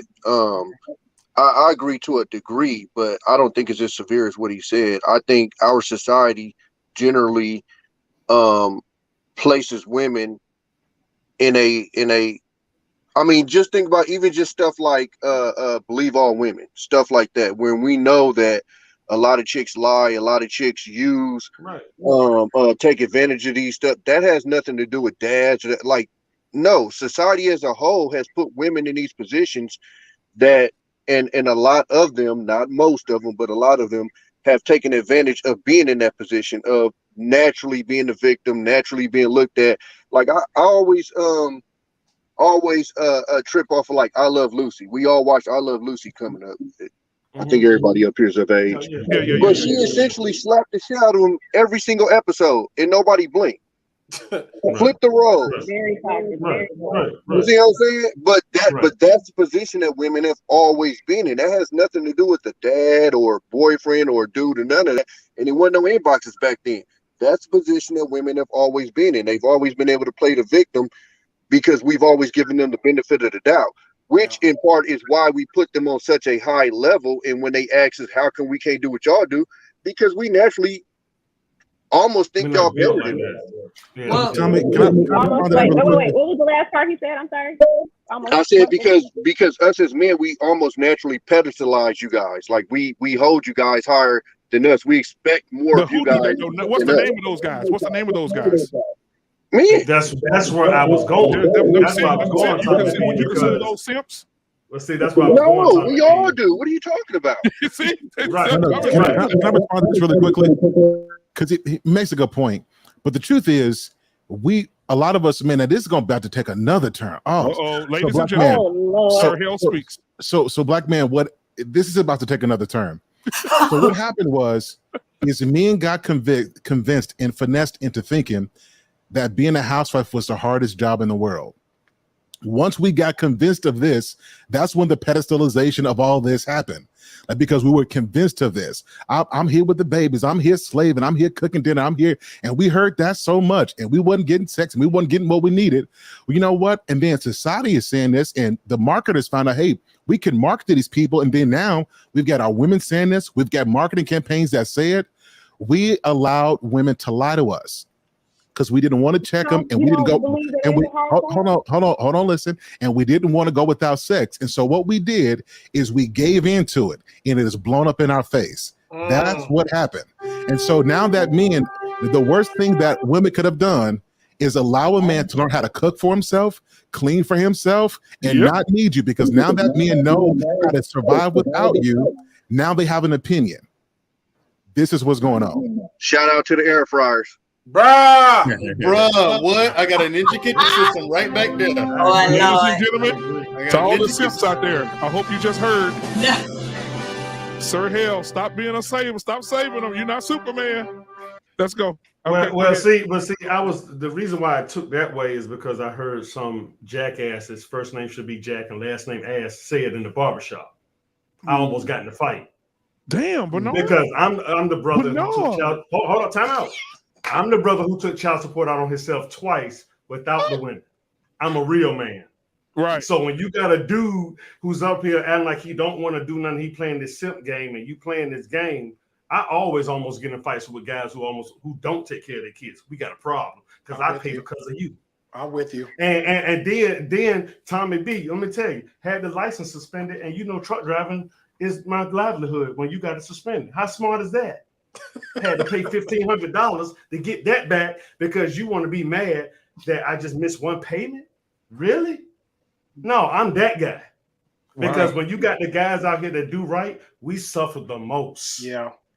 When it comes to anything across the board. So I don't give nobody an inch. You gonna see me. And I just asked my wife one thing. You got bail money? I just want to say, if putting yourself on child support as being a real man, I'm gonna be a fake ass man. I ain't doing it. Shout out to my cousin. Yeah. Yeah. Well, the whole. But actually, that goes. Hold up. I'm sorry, but that goes back. He makes a good point. It's about to take another turn. He shouldn't have to do it because when you make stuff private, public, you bring other people into it and you bring the court system into it. Let me look into the camera. Whatever goes on your house, that's private. Right. Yep. I might have froze. That was so deep. Got him froze. You know what? I can totally work. relate to the freezer. Look at the devil work. Oh, baby. Look at the devil work. Oh, baby. Y'all see this? Got the healing hands. Somebody give him the healing hands. Sir Hale, Reverend. Reverend. I believe we could do with a word of prayer. Doctor, I want you congregation to understand that the truth being spoken on tonight. There we go. We got it. See, look at God. I got you covered. Look at God. I got you. Look at Sir Hill, God. you might have got me back in Brings it back. church. Sir Hill might have got me back in the church. God, no. Bless your brother. Bless your brother. Yeah. Go on, brother Bernard. You was cooking, man. I want to hear the rest of this. Right. No. I was just saying, man. You know, is that's why I love panels like this, because we're having real conversations. Absolutely. That's the problem, is that I can't have conversation with grown infants. Right. Yeah. Grown up babies, as I call them. Yeah, grown up babies. So, you know, it bothers me. This whole conversation, and I think Tommy B admits it. This is how we got here, bro. Is that we had already the lady had already admitted that, you know, women, you know, don't take it as good as we do discipline. And I was gonna come back with that anyway, because we have a higher suicide rate than them. Excuse me, self-deleting rate. Sorry about that. Self-deleting rate because of that. Wow. Because of that. There's no you can look. Everybody can look it up while I'm what y'all say cooking. We listen, and it bothers us. And going back to Sir Hill Speaks, when you read Emotions and you go back to that book with T.D. Jakes, most men around my age from 48 to 55, we look back and say, what have we done? And that's the most depressing time across the board for any nationality. So going back to that, I fight for my brothers, or I fight for people who don't do wrong. But going back to what Tommy B said, that does not make him a bad dad. He knew how to keep his situation private to where he can work something out with the mother like grown adults. But when you bring the man into it, they can do whatever they want to you. Mm-hmm. That's true. And that's what people don't understand. I'm probably going to do I plan on doing like just a show on that, talking about learning how to keep stuff private instead of public. Once you put it public, even what we say on these YouTube streams, you're going to get something. Right. And so, you know, that's where I'm at with that. So I'm not trying to, I'm just trying to keep it up 100 like I am, because I can't be nothing else. If you lie once, you got to keep on lying to get out of the lie you told. So that's me. Ooh, hey, well, I'm gonna play this real quick, man, because I thought about this scene when you was talking. My stuff, and you know it. Don't even try it. He's lying. Don't believe him, Bernard. Don't believe him. Oh, you did not say that last night when we was in bed together, girl. Oh my God. You him. You slut.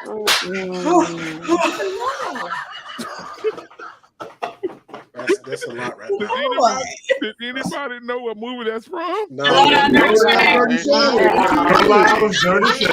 Yes. Oh my God, bro. Great clay. Not Bernard. Bernard. Same name and everything. Did not just say that. You should have let it play all the way through, Black Man. If you like your coffee with a splash of vanilla, I'm your man. I think one of the ladies said, but no. And when I thought about it, I was like, oh my God, bro. Dude, that's crazy. All right. So thank you, Big Bad Boy. Big Bad Boy said, Black Man Unfiltered, I appreciate your hard work to keep us informed and entertained week after week. Hope this token of support will motivate and inspire you. Thank you, Big Bad Boy. I appreciate you, brother. All right, man. Thank you for the $10 super chat. So, guys, hey, man, Bernard, man, he dropped, man, Sir Hale, he came and did the sermon, and Bernard did a benediction. I mean, man, it's time to go. You see the teamwork make the dream work. Sir Hale. Oh, my God. Look, Bernard, I, of all people, requested a word of prayer. And then... Yeah, I did. Look at God. Won't he do it, Black Man? Won't he do it? Won't he do it? Yeah, won't he do it? Okay. Yeah. Hey, Black Man. Yeah. We'll talk about it after. We'll talk about it afterwards. Hey, so I want to say this, guys, real quick. So since we on this subject, I want to get into Kevin Samuels real quick. Oh God. Why? I'm gonna start with you, DeSavage, since you raised your hand first. I want I want to know, why does everybody hate the man that tells the truth? Why does his tone matter? Why does what he's saying matter if he's telling the truth?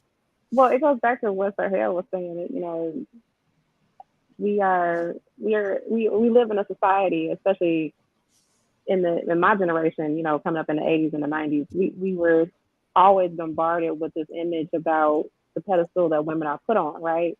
And so now it's being called pandering, you know, but Kevin Samuels came out the gate swinging in a way that women were not accustomed to you know, hearing things.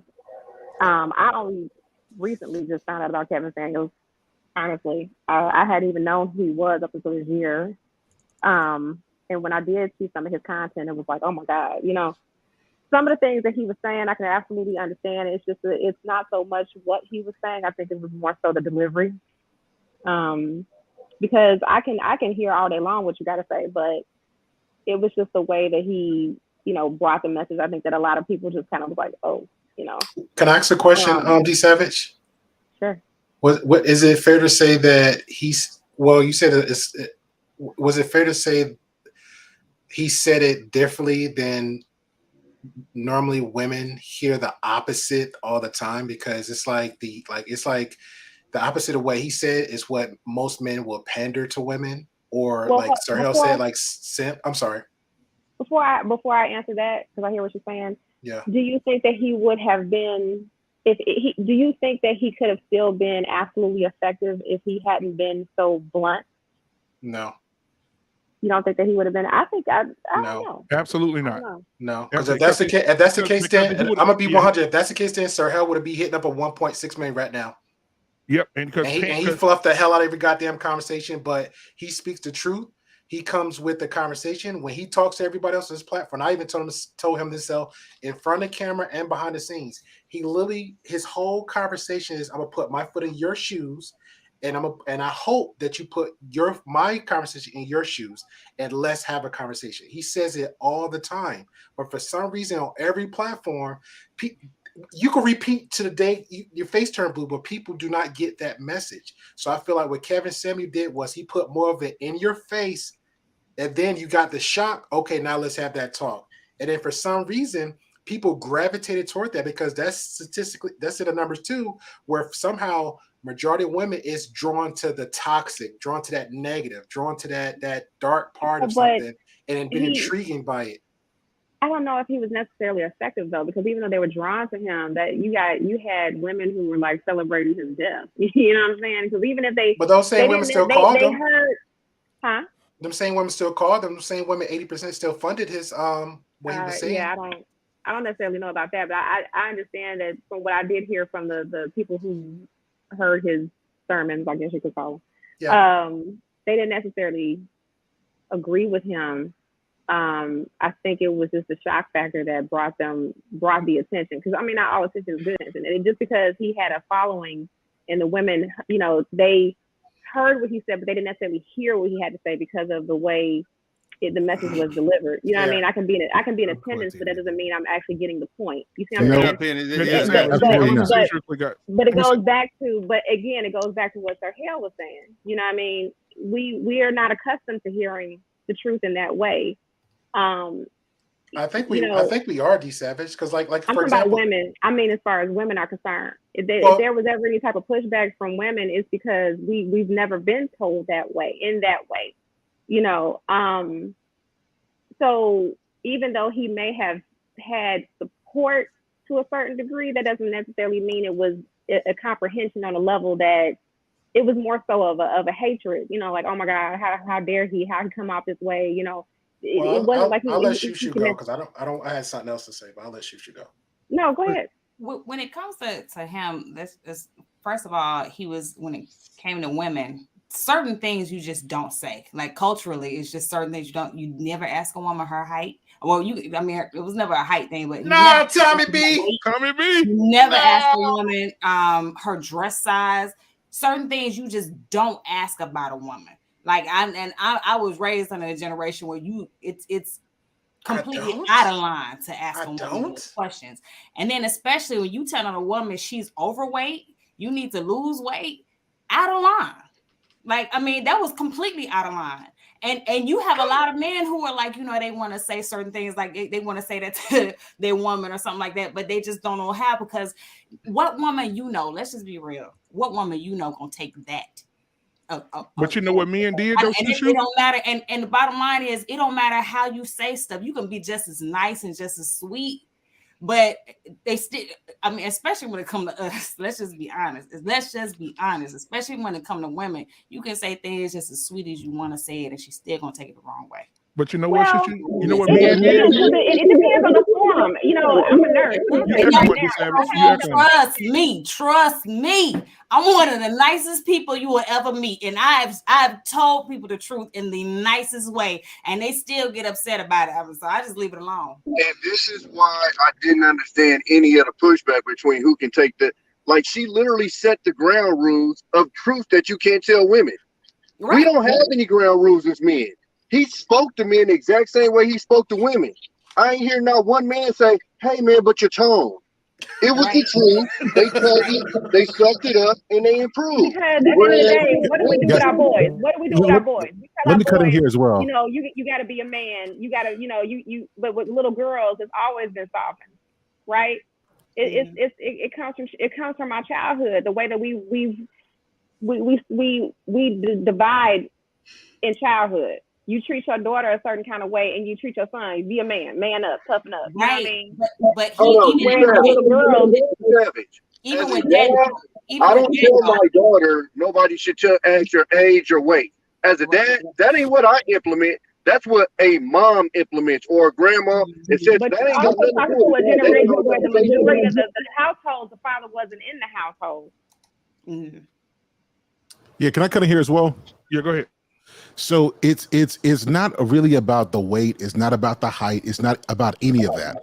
Those are byproducts of the larger truth. For the first time in history, a woman couldn't just have any man, because that's all we heard. I get any man I want to. And when you go against that narrative that you can have any man, and this has never been heard before, and now women have to get prepared for the man that they want. This is what the issue was. Women had never heard before that if you want to get you a good man, oh, wait a minute. I take that back. In the old school, they sure did say things like this. In the old time about you wanted to be a good wife, you had to dress a certain way, learn how to take care of duties at home.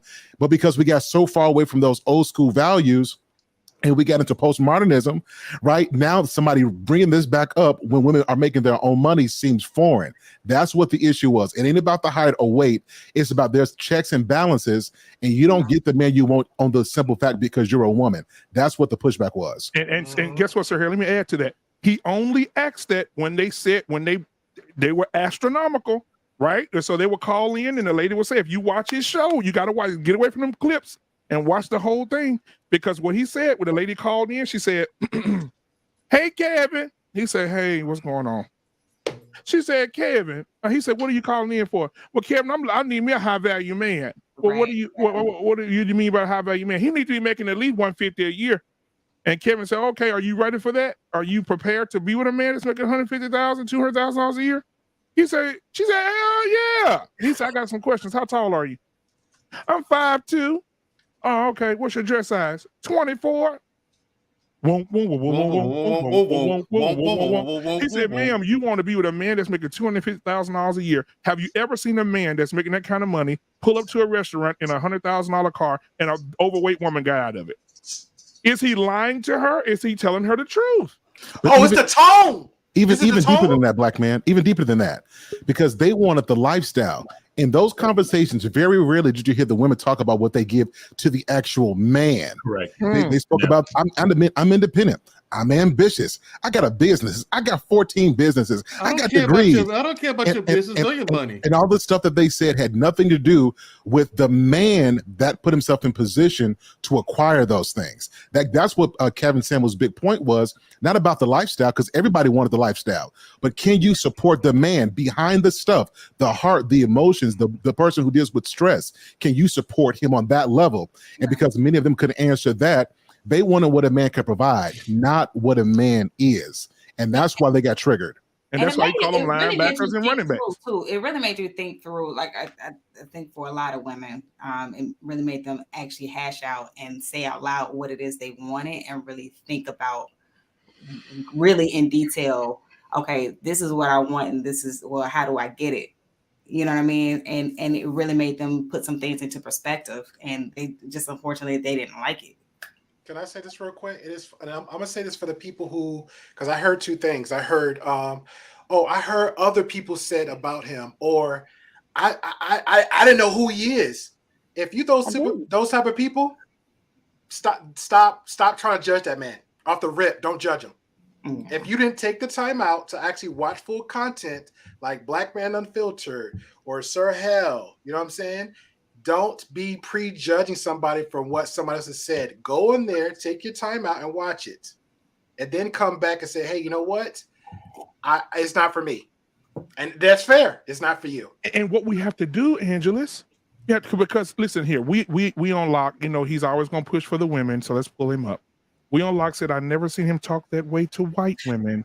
Or am I wrong? He talked about white women. He talked about white women. He said, in the morning, if you really want to see the difference between white women and black women in this space of dating, he said, if you get in your car in the morning and you drive down to your local restaurant, he said, all the big women are ordering 5 burritos to go to work, and all the white women are in tights and sports bras jogging down the sidewalks. And he did. When white women called onto that show, he gave them the same thing that he gave black women. Right, and there was a big white woman called one day and said the same thing. He said, he told one of them. She said, "What do I need to do to get a high value man?" He said, "Be reincarnated." Y'all gave the white women the same way. Even when white women were calling and talk about black women, he was like, "Hey, you're not talking about black women. This ain't the conversation. I'm not gonna let you do it." But people don't highlight that kind of stuff, though. Right, and before the show started, he said, "Listen, if any white people are in the chat, this is not for you. Get out my chat. This is for my black people tonight." He always said that. He gave you a warning, right? Yeah. And So when the cannon was shot, don't be surprised because they want bullets. He gave you a warning. So everything all of us are saying, y'all need to look at the whole 2 hours or 3 hours, and I promise you will be entertained. Yeah, absolutely. Because like the lady said, when he told the lady she was a running back, he said that in a linebacker. He said, "Ma'am, you can hit the A gap like a mother." And he said, you know, and he did that because she called with an attitude. She called with an attitude. She was being real smart mouth when he said, "Ma'am, you're not gonna overtalk me. This is my show, my platform. You called in to ask me a question, and then when I answered, you mad." Well, he said, "You called me. I'm looking at you. She on the picture like this." She said, I need you to do something. What? He talking the truth. See, I'm gonna get everybody to do it right now. For all the ones that are talking about Kevin Samuels, I wish this is the song you need to get. But for all of you that are talking and you disagree with Kevin Samuels said, I'm gonna do what he would do because I know that's how you are. Go ahead and get a dog.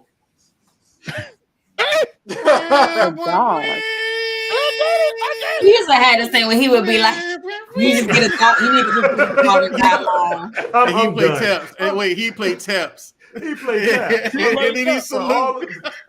A dog. Buy a dog and die long. Buy a dog and die long. Wait a minute. And those are the ones that are pretty much complaining. And they're the most, and those women, like they call with the most ridiculous, and they just weren't getting it. He tell them the truth. No. They just wouldn't get it, and it's just like here's the thing. Here's the kicker to me.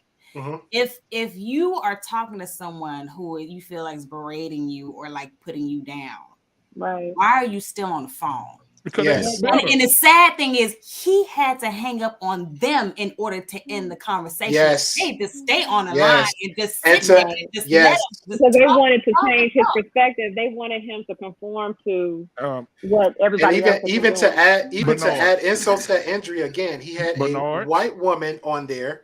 She got on there. She wasn't a big girl, and she tried to so-called infiltrate. And he was like, "You know what? I'll just let you stay right there and be the fool." All right. And you made know her what, the fool for a whole 5 minutes. He said, "I'm gonna eat off of you for trying to disrespect my platform." And watch this. This is for Bernard because he did Bernard. You didn't do it justice. Everybody knows what this means if you watch Kevin Samuels.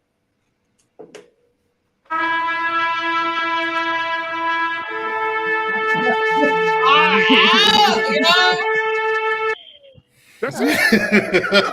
He was playing. He played taps. He hung up on him. And because he Go ahead and give her a salute because she's guys, done. come on, ladies, y'all gotta come on. You gotta come on with it. A lot of the times he told these women this stuff. You had women that really called the show and cammed up with do-rags on their heads, with purple hair, red hair, bonnets. You know, one chick had tattoos, a big old tattoo on her chest. Yeah, right there on her chest. It's like, and she's like, yeah, but why can't I get a man who makes money? Ma'am, listen, you had 2 kids, right? And you're 38, right? You got that big ass tattoo on your chest. You don't get high value. You get second shift at the plant. Right. That's what you get. Right. And the lady, and the lady. I'm like, thank you. Yeah, and the what lady man making that kind of money is gonna take? After he asked her what her height was, she said 5'2". He said, "What's your dress size?" She said 24 or 22 or something like that. He said, How much did you weigh last time you weighed yourself?" She said 305. He said, "Ma'am, you're bigger than a linebacker and you're bigger than a man." She could play defensive line. Yes, and the thing is, that's the fact. You're 220. Barry Sanders played football at 210. Emmitt Smith played at 208. 208 and 210. Those are the two of the greatest running backs of all time. Okay, you come walk around here 220.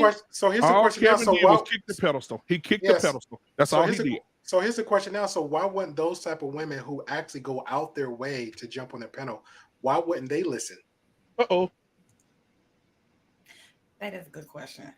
Because there was some simp in the mailbox, in their inbox. That would, he said that to you, girl, man. He hated women, man. You can't listen to a dude like that. Look at the way he dressed, man. He always pretty and stuff. That dude ain't a real man. For every time somebody heard that, there was a couple dudes doing that. Damn simps, right? That part. 4066. That part right there. Damn simps. That one. Girl, you look good and guess what? You have to understand something. Girl, you look real good. You sexy in the inbox, Serial. You sexy. Oh, can we go out tonight to eat? Oh, no, I just stopped by. Because that's what they want. Yeah. And that's what I told my sister, I said, listen, go to home. I keep telling everybody, go to Home Depot, get you a lot of buckets. Because I told my sister, you'll get a lot of dick, but who will commit? And now when all these women out here, girl, for years, girl, I can get in it. Girl, if I want some, I go, yeah, you're going to get plenty. Yeah, they're going to line up. They're going to bang you to death. And some of them going to skeet in the trash can. Hey. But 10 years from now, when your daughter turns 10 and you're a statistic and your daughter's statistic and there's no father in the home because you gave that the lily of the valley up to the rod of life. And now you gave it to Pookie. Now you gave it to the wrong man. And now you sitting up here, girl, I can't believe it, on social media. Niggas ain't shit. Post with her face up like this here. This whole thing, I've been hearing about women and divestors and everything on YouTube, trash talking men and stuff like that. I didn't know it was that serious until today. My boy Poppy Blanco introduced me to something. Fucking Poppy. Okay, he introduced me to it today. And listen, I sat there for like the first 3 minutes. I said, what is this? I thought it was a joke at first, but then I listened a little longer. I'm like, yo, you got to be, come on. I can't listen to this. I was like, where'd you find this? I mean, but there are women on YouTube, they go on a whole 2-hour stream just trashing black men. Yeah, Nothing of substance at all. It's just they just talk trash about us. And it's like, Hale, and the other night, Sir Hale, somebody said something in the chat, and Sir Hale, hey, that boy, so I love this new Sir Hale, man. It's I can't wait to have this conversation. I want to know what was the trigger. What triggered Sir Hale said the other night, a lady in the chat said the other night, what about the men? Don't they need to look like this? And don't they need to look like this? Sir Hale said, a man ain't got to concentrate on looking good. A man got to concentrate on getting his bag. The women don't concentrate on looking well. The women concentrate on looking decent. And black women don't hold black women accountable. If your homegirl come out the room, watch this. If your homegirl come out the room and you know she 295.5 pounds, and she come out the room with a 2-piece on, with the bra pushing way up here and the stomach just hanging out over the damn sparkling purple pants, and you be like, girl, you killing the night at the club. No, you're gonna kill everybody. The pollution gonna go up 15%. You got to. Oh God, you're not a fan of Lizzo, is what you're saying. No, we're yes. not. We're not If saying. Lizzo came out the room, Lizzo's people need to. Lizzo's doing it for publicity, but every other day she on Instagram. They keep calling me I'm fat. actually, They say I I'm look sorry. like a I walrus. apologize. Yes. I'm actually is a fan of Lizzo only because that's a lot of body shielding for my protection. Nice. See, ladies in the chat, they're absolutely right. Men don't have to focus on looking good. I mean, I can't help it. I was born this way, so I don't have to worry. I still don't have to worry about it. Yeah, right. It's good genes. Get ready. Savage, don't hate. Don't I'm hate not- Savage. I'm I not- got good listen, genes. you know Look at my what? That's sister. Yeah, y'all missed what Gray Pill said. Y'all missed what Look at my Gray sister. Pill I caught what Gray Pill said. Y'all missed. That's why I'm over Y'all here missed the chuckling. moment. So yeah, he want her to block the sun. But listen, you're right. My thing is, I love myself, Sir Hale. But no, but let me say something. Let me tell you the truth. I feel bad for Lizzo. I do too. And the reason why is because this is the result of women being lied to for so long that when they are actually out and there's people who don't see the world, they have no clue how to deal with it because there's been people lying to her for a long time. So I honestly feel bad for her. I think what Lizzo is trying to do, now I'm not saying that she's doing it, but I think in her mind, what she's trying to do is give the sense of self-love and self-acceptance, and then anybody that's witnessing can go to hell. She's not. Now, She's whether or getting not somebody she's to doing validate it- her own insecurities. That's what she's doing. Yeah, right. But I think in her world, that's what she's thinking, is that I love me, and if you see me, then it's your problem if you got a problem with it. Okay, have you ever watched one of Lizzo's concerts? Lizzo will come out and do. Oh, see, we supporting somebody we ain't watching, y'all. Lizzo will go do a concert. And I ain't trying to be funny now. Lizzo go do a concert, and she get past that first song, and she disappear for a while. And they say she going to wardrobe change. All her people on the stage still dancing. She backstage, damn near breathing hole. Help me. She back there breathing hard. All that shit she doing and flipping on stage. It's not working. Listen, man. Right, Black Man. Here's the conundrum with Lizzo. working. Here's the I conundrum with wouldn't be Lizzo. surprised if in the next 5 years Lizzo dropped a lot of weight. I wouldn't be surprised. They usually do. Because there have been other women I'm about to make this point. That affirmation, but then they didn't get the lap band surgery or something like that. I was about to make that point. The problem with Lizzo, here's Lizzo's biggest problem. Lizzo today wants to lose weight. Yeah. Today. Yeah. You can tell, she wants to lose weight right now, but the problem is she's made such a big deal about fat acceptance, body positivity, right? I'm saying, the whole thing. If she wouldn't lose weight, she would lose a lot of her fan base. She would lose a lot of her fan base. Business model. So exactly. Just like so she's now stuck in a position where she has to keep this up, even though she wants to lose the weight. Right. Now, who is she really afraid of disappointing? Is it men or women? Here comes Jedi Mike. It's women, brother. So you see the problem here. So we see the problem here, right? Because the women are going to drop off of her fan base if she loses the weight. And Lizzo wants. I've seen this kind of pain in people's eyes before. She really does want to hire a trainer and lose weight. She does. Okay, listen, y'all. Let's address this. Let's address this. It's gonna affect the bag. Somebody in the chat said they'll see a lot of you dudes with Lizzos. Yes, they just got out of jail. They don't or they don't have no money, and they attach themselves to what she has and instead of her ass. You see what I'm saying? So you have to understand. Some men take one for the team. If a dude it's like hold on, guys, fellas. Before we say that, guys. Yeah, before we say that, some of the girls like that are decent women. So I don't want to turn it into just because she's big, she's not valuable. Because there's a lot of women who are overweight who are cold women.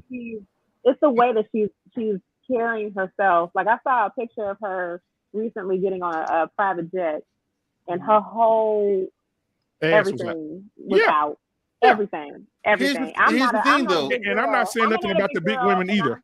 What I'm saying is they take advantage of these women because they know they got low self-esteem, bro. Right, Savage. Savage. No, that's not always the case. Hold on, Sir Hale. There are guys, because I've met some guys like this. They'll get with women who are bankrolled, right? Doctors, all right, female doctors, female nurses who are very well paid, and they'll have sex with them and the whole nine and pretend to love them. But for the sex for them, it's like holding your breath while swallowing medicine. Oh my God! They'll do it for a few minutes and then just for the bag. Now Tommy B says no, but Tommy, I've met some jokers like this now. But so Angela, even though you met women like that, I don't associate with them. That's why I don't associate with them. Yeah, you feel I don't associate I with think it's some them. feedback, guys. It's some feedback. It's Tommy B. Tommy, you echoing real bad, bro. Yeah, you got a get real your bad headphones echo. on, We can't bro. hear you. Yeah, you got your headphones on. So here's the thing, guys. Like the reason why I like to be fair on this one is because just because the woman is big doesn't mean she's not valuable. I think the issue is when she acts like she's a 10 and we say, you a 10. And then now she wants a man with the 6-pack abs with who's chiseled, who's making a lot of money. But that may I not think say that's that where much the imbalance. Hey, hold on 1 second. I think that's where the imbalance comes at. But I don't want it to sound like because a woman is overweight, that because she's overweight, she's not. Because some of them, now this about to take a turn. Some of the big women will throw it down on you. Make sure you got a meal, house clean, stuff taken care of, right? Make her own money. So we got to give a little bit of respect, right? So But all I want to put that point out there. all you got to do is it's a gym membership. Let me tell you what I'm gonna do. Some of us dudes be complaining, and we out of shape. We ain't going to the gym. We don't look as good as we say we do. Our teeth ain't looking right. We don't brush our head. We got them razor bumps in the back of our head. Our feet look terrible. Our toenails are black, yellow, and green. So, like, fellas, we at some point, we gotta be honest about this as well. We can't just put that on women. Hold on, guys. Hold on. Let me say this. I'm going to look it up. I used to do a digital radio show before I did this live, and I'm gonna go back and find the recording. I had a girl on my show like that, and I showed the guys the picture of her the other night behind the scenes, and she had a 2-piece on, and she's about 290-ish, and she told me, she said, "Oh, I want a man. He got to have abs. He's got to be cut up. He's got to be a Mars chestnut, honey." And I said, "Oh, okay." And she said, "But dating a dude like you, ooh, that would disgust me. I don't like big dudes." I said, I had to catch myself. I said, I had to say, wait a minute. If you looked in the mirror today, you look like a bowl of cereal. You telling me you don't want to turn around like me? She looked like a bowl of cereal. A lot of men put her up on it. She told you go in my DMs. Yes, because DM stand for dick maintenance. They only want you to get maintenance on their penis. They're not going to commit to you. They're not going to marry you. And a lot of men, like Sir Hale said, ain't nothing wrong with no big woman. If a big woman, you, that's what you like, and that's what you like. But these big women out here there's some big women out here that come out and they're so like Tamala Man. You don't see Tamala Man get on a private jet with her booty out. Nope. She dresses well. She's well dressed. She talks well. She speaks well. But then you got these big women. I'm a 10 girl. Halle Berry can't stand next to me. We can't be on the same bus together. I rebuke you in the name of Jesus. I think we also need to acknowledge that a lot of these people who have this perspective are under the age of 30. Yeah, exactly. Yep. What's under the age of 30? A lot of the women that we're referring to, honestly, are under the age of 30. No, ma'am. No, ma'am. It's also 30s too. I've seen some 50-year-olds too, Doc. I'm not saying, I didn't say all of them. I said a lot of them. I think Lizzo is only, I don't think Lizzo is quite 30 yet. I'm looking it up right now. All right, because you said 20, so we're going to keep that cap, right? Hold it on. Hold that cap. Wait a minute. Okay. Oh, wait. I take cap. that back. Wait a minute. Lizzo is 34. All right, cool. All right, cap. All right, moving on. Sir Hale said something earlier. It was pretty much cleaned up a little bit, ties into Black Man Unfiltered. You got 2 sets of those women, right? Yeah. Only reason, like I said, you got the bigger size women. They're fine. We're never going to say anything about them because they know how to carry themselves. Yes. They know how to carry themselves. I just want to make that very clear. They know how to carry themselves. Yep. But if you have them delusional women inflated with the simps, it's inflated with the F boys, because you get that attention, they're going to feel validated to keep pushing forward with the same delusional idea. That is the problem. So they need to listen on that front. How we do that? Come back to Sir Hale again. Those guys need to have that D control to learn how to say no. Yeah, right. That's true.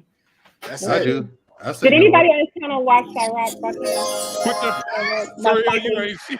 That crap is killing me, bro. You gotta push another button. Push another button. I didn't get that. Watch what? Chirac by Spike Lee. Did anybody watch that by Chirac? No, I didn't watch Chirac. Oh my God! Okay, watch it and then we'll make a whole show out of that bad boy. Okay, so chaotic truth. He's been sitting in the thing. What do you think about it? Why? He's What do been you think so about patient. Oh my the way God! that chaotic? What do you think? How Kevin Samuels? Why are people so mad and upset with his truth? Chaotic truth. There is a black man who is a part of the Nation of Islam. His name, if I'm not mistaken, is Abdul Muhammad. And he said this, and you guys can look it up on YouTube. He's been saying this for the past 25 years. I came with stats today. I came with information today. Hallelujah. And these stats and information were written and researched by a white man. He said, I say this and I will keep saying this because I know you Negroes will listen to me now. The reason why people don't like Kevin Samuels, especially black women, is because his skin tone is black. That's one of the reasons why they don't want to, particularly black women don't want to hear the truth, but they for damn sure don't want to hear the truth from a black man, right? And I think that's one of the biggest reasons why there's so much backlash from this man. Now, black women, no offense. It's gonna be okay. It's gonna be okay, girl. Yeah, I'll put my inner sister to the side. I'm talking, hold on, it's all right, girl. It's true, Shamaria. Right, you know that. Yeah. Y'all don't want to hear the truth from us. Chaotic, please continue, sir. Thank you. Thank you. Now, black women will sit there and they will listen to rap. Some of these ignorant little niggas, excuse me, Black Man Unfiltered, they will rap about some of the most vulgar things possible. They will say some of the most sexually explicit lyrics ever. And a black woman will be at the club. They have her drink, bobbing their damn heads. But as soon as a black man says, get your ass in the kitchen, make a sandwich, bring your husband a beer, bring your boyfriend a beer. Oh, nigga, you don't make enough. You don't, nigga, you ain't, nigga, I don't, all this nigga. But they will date the worst of the worst. I'm 100% nigga. They will marry the worst of the worst. Yes, they will. 200%. Mingle with the worst of the worst. As long as he's simping for her. As long as he's simping for her, her kids, or her mother. But as soon as a black man says, get your ass in that kitchen, you're average at best, which is, in my opinion, testimony on the equivalent of the I Have a Dream speech. Oh, I don't like him. I'm gonna dance on his grave. Ignorant shit. And I'm appalled. Black women, the same black women, they marched and protested for Rodney King. I'm 37 years old. I can tell you, I remember when I was a kid. They marched and protested for this drug dealer, this dope fiend, this crackhead, this nigger who pointed a gun and put it in a belly of a fellow, well, she wasn't really black, but she was Mexican, of a darker skinned woman. The black woman did that. Vivica Fox came out today and was disrespecting Kevin Samuels. But I went on this black woman's page, and on her own Twitter years ago, she took up for George Floyd. George Floyd did death and destruction to the black community. She had all praises for this crack fiend. But for Kevin Samuels, a man that was college educated, he was a part of the Divine Nine. He was a Kappa, by the way. Go mom. He was an individual that may not have said the politically correct things, but he didn't harm and disrespect the black community. But even people like Vivica Fox have hateful things to say. And I digress, sir. I digress. But that's all I wanted to say. Go ahead. Do you think Vivica A. Fox is missing a mop? Vivica Fox, although she used to be super hot back in the 90s, she was. Yeah. She She's is not no missing, more. She is missing a mop. Yeah, she's like an Oklahoma goat herder. Yeah, and I think it's from all this more. Yeah, She and had two- Hey, black man, I missed what you said. Can you repeat what you said? The goat herder. I said Oklahoma goat herder. He's right. She's not hot anymore, man. She's not. And Chaotic Truth came out here and just spit facts for a minute. I mean, No, but here's the let's thing. be Even though real. I mean, she was the very woman who was on. I think was it on the Real when she said that she regret not having children when she was younger. Yeah. Make your mind up, Vivica. Oh. And no, Make your mind up. she said- Here's the thing, Jedi. She's a woman who wanted the child, but not the What husband. in the world? She wanted to do things out of order. Like today, just like today, let's say you get on the horse and you start dating again, Mike. You're gonna meet a lot of women out there, just like I do. They want the sex, they don't want the relationship. Right. They You don't got my want the number, we'll relationship, talk. but they want the sex though. They want the They want to do that, and I'm just like, holy fuck, man! I never thought I'd be a grown ass man. I'm saying no to sex. You know what I'm saying? But I do. But I do. It's like you wait. That's all you want? Yeah. I'm like, I'm just like, we're looking for something different. check on Black man. Yeah, we got I'm like, we're looking. That's all you want? Request. That's it? Yeah, Yeah. I'm go like, ahead. that's all. We're looking for something different. When you crack jokes, I'm gonna say something right quick, chaotic, right quick. I need another request from you. When somebody say jokes like that and people are laughing, you need a bell from like the ring, ding, ding, ding. That's a knockout. From here on out, ding, just ring, start ringing the bell, ding, ding. It's a knockout. Now I've had a very long day, and I know a lot of people are wondering why hasn't Chaotic been saying anything. I haven't been saying anything because I've been up for 48 hours. But here goes the thing. Martin Luther King had "I Had a Dream." It was one of the greatest speeches of all time. Kevin Samuels had "You're Average at Best." And you mark my word, Negroes. 5 years from, I didn't mean to call people Negroes, by the way. I was just trying to, but mark my word. Mark my word. In a couple of years from now, Average at Best will be that "I Have a Dream" speech. It will be played in schools. It will be in textbooks. Kevin Samuels will have a chapter in most collegiate philosophy books. That man is a philosopher. And he is a generational human being. He's on the equivalent of Marcus Garvey, Martin Luther King, the Honorable Elijah Muhammad, Farrakhan, and truth be told, there may be no other for the next 100 years. That man, Kevin Samuels, is that guy. And women especially should listen to everything that man is talking about. And the reason why women don't like him is because of his domestic teachings. Get your ass in that kitchen. Make a sandwich. Whoa. Your hands, now this is just me talking. Your hands should be wrinkled from washing dishes. Those things keep men attracted to you. Your PhD, your Greek letter affiliations, your career mean absolutely nothing. Get your ass. Hold it together, Sir Hale. Yeah. Go ahead, Jedi Mike. Yeah. Why you say so, man? I was professional. I had just got the chuckle under control. You don't know how to act. I don't know what y'all laughing You at. don't know I mean, how to that man. Hey, listen. Hey, 1 second. Sorry, guys. I blacked out. Sorry. Let's take a break, guys. We'll take a break real quick and play something.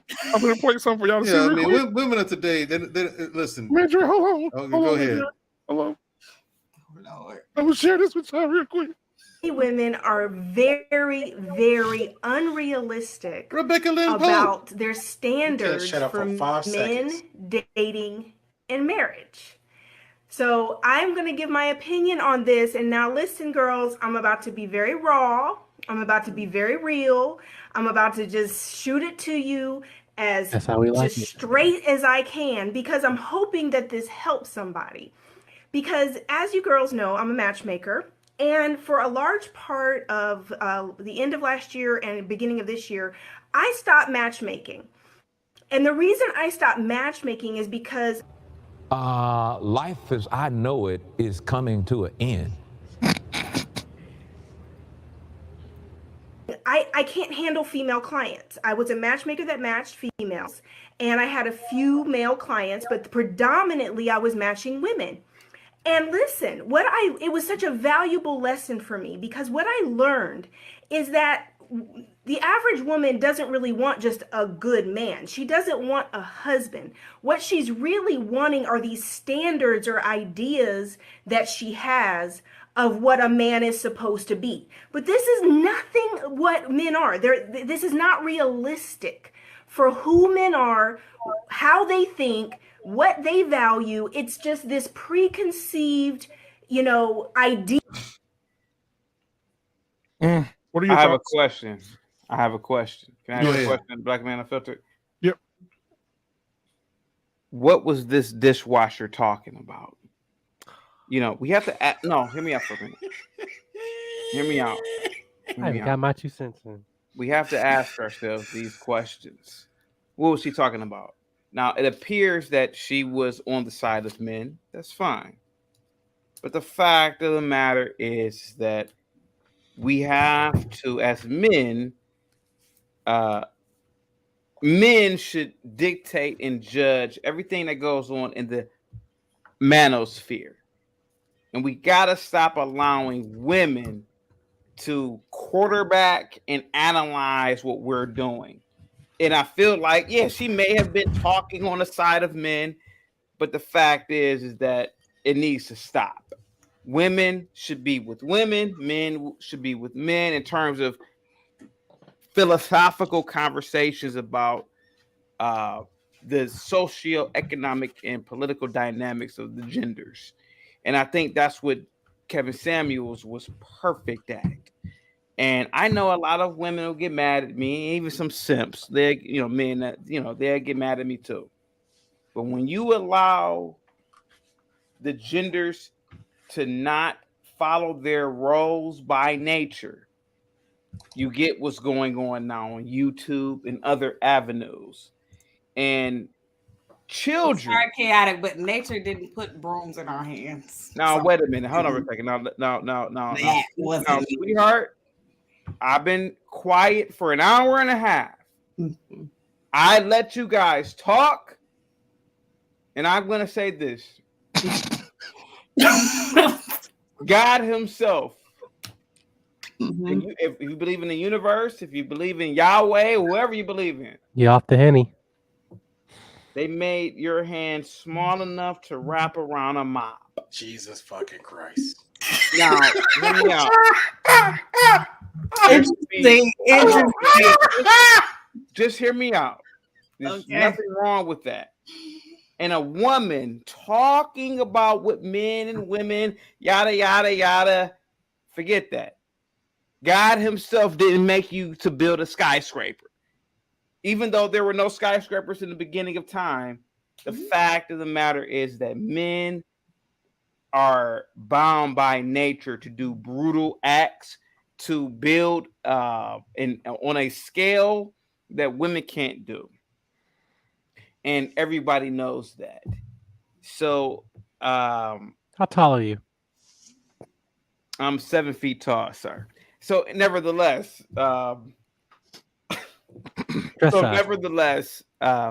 we have to listen to a guy like Kevin Samuels. Go ahead, guys.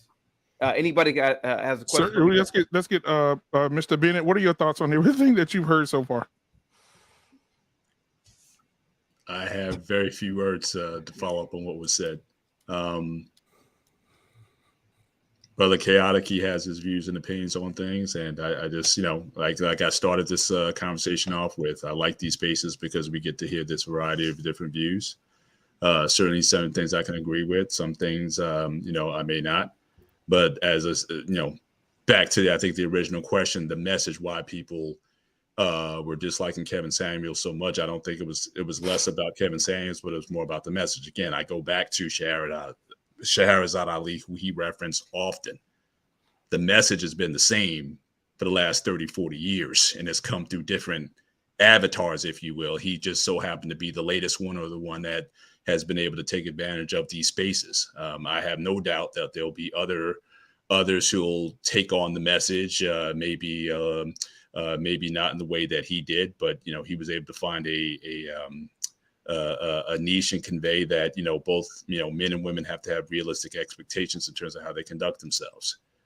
So this isn't any this isn't any different. I don't see him so much as a transformational no more than she was. She didn't have the social media platform, but she was all over TV. All of the Ricky Lake, the Phil Donahue, that's what we saw her. She was on every platform that would have her. And when she came to Rutgers, she literally shut Livingston campus down. We had fire marshals. We had, we had it at first. We tried to do it in the Livingston Student Center, and then the overflow, because you had people from all over the state coming to hear her speak. So we had to move it to the Livingston gym and sold that out. In fact, we almost didn't have it. We almost caused a riot on the campus because there was a lot of major opposition to her coming down from a lot of the women's groups on the campus. So again, women weren't willing to hear it then. And it was only for one excerpt from her book too. Right, what's that?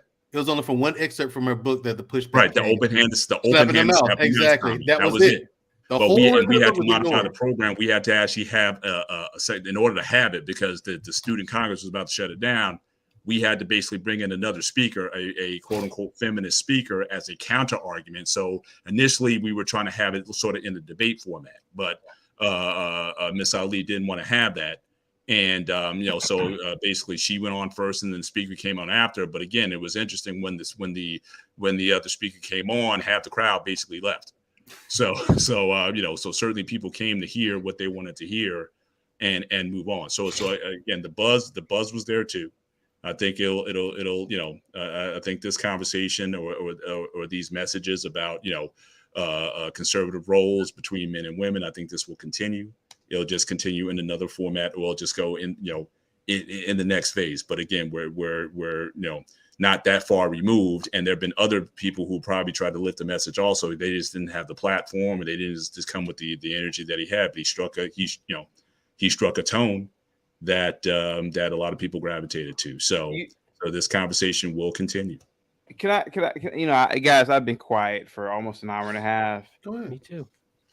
Shahrazad Ali, though she's a 70-year-old woman right now, this black woman was beautiful in the early 90s when I was a little child. I had to be like 7 years old when I first heard her. She was on a show called Geraldo. Now, this is before your time, Jedi Mike. You weren't even born at this time. What year? 1990. I remember the show. Jedi say. You weren't even born, sir. I was born 98. I'm not even gonna. Yeah, you weren't even born, sir. You were born in 98? Yeah, 98. Yeah. You weren't even born. Wow. 1990. Wow. I was about 6 or 7 years old. And I remember the black women, my teachers, old school black women. They didn't have a problem as to what that beautiful black negress woman was talking about. Now, here goes the thing. Black women, just like black men, we want to hear what makes us feel good. I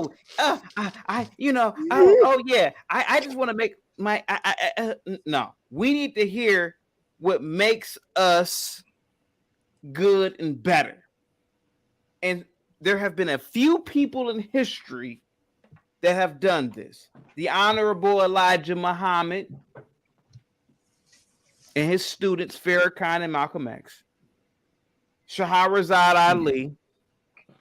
And I'm going to be arrogant right now. Chaotic Truth. People don't like what I say. But you know why they don't like what I say? Because it makes them look at themselves in the mirror and look at their poor patterns of behavior and say, you know what? I don't like what he says. But they're looking at their behavior. I said this the other day and they kicked me off the panel. Maybe you shouldn't be a 34-year-old woman with 3 kids on the side going out to party. Keep your ass in the house. Take care of your kids. Cancel chaotic truth. The same thing with Shahrazad Ali. They wanted to cancel her. Back in the 90s. They wanted to cancel her for the same reasons why people want to cancel me. Oh, Shahrazad Ali is talking about being domestic and being a woman. And what's so wrong with what she's saying? Black people, we have downgraded and degraded ourselves into being a childlike culture, upset about everything. But maybe you should listen to Kevin Samuels. Maybe you should listen to me. Maybe you should listen to a lot of conservative content creators.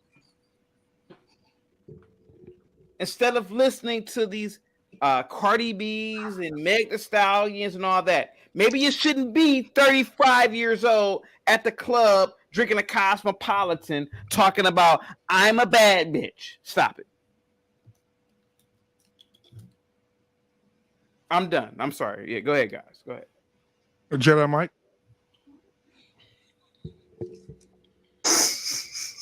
Go ahead, Jedi. Mr. Bennett, you all right, man? Mr. Bennett want to hear everybody's perspective. He just he called. Negress. Go ahead, Jedi. Go ahead, Jedi. Before somebody else start, and it ain't gonna never stop. Yeah. One thing I keep going back to, I was mentioning you guys earlier before about like this with him, like in order to seek truth, you got to risk being offensive, right? Off of recorded history, you've seen many people throughout our society been told, that when we speak the truth, and they've been either been attacked or hell even killed for it, right?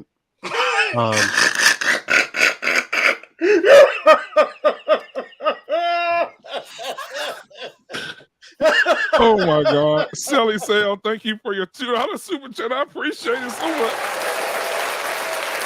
Hey, go ahead, Jedi. I'm sorry. No, it's okay. It's okay. But as you see, and I'm glad you mentioned, Vivica Fox about this because, she, even when she said it, she had a chuckle when she said it, like, oh, we don't know what the woman is and we don't know the race of the woman, whatever, but it's karma. Yeah, and karma hit you real good, ma'am. You even said it before, this man passed. You're living a life of regret, right?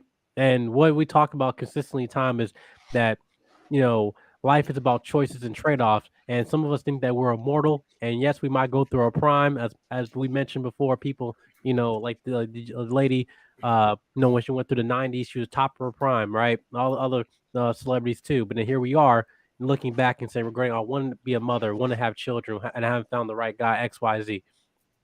And the whole thing that Kevin Samuels was preaching about is that knowing the thing or person you want and knowing what that person wants from you, right? It was plain and simple. But unfortunately for us, especially in our community, we have a hard time of self-reflecting, dealing with the problem individually, knowing our patterns of behavior that whether media want to perpetuate this modernism about, we can have it all. No, we can't. And it goes both ways, right? I said life is about choices and trade-offs.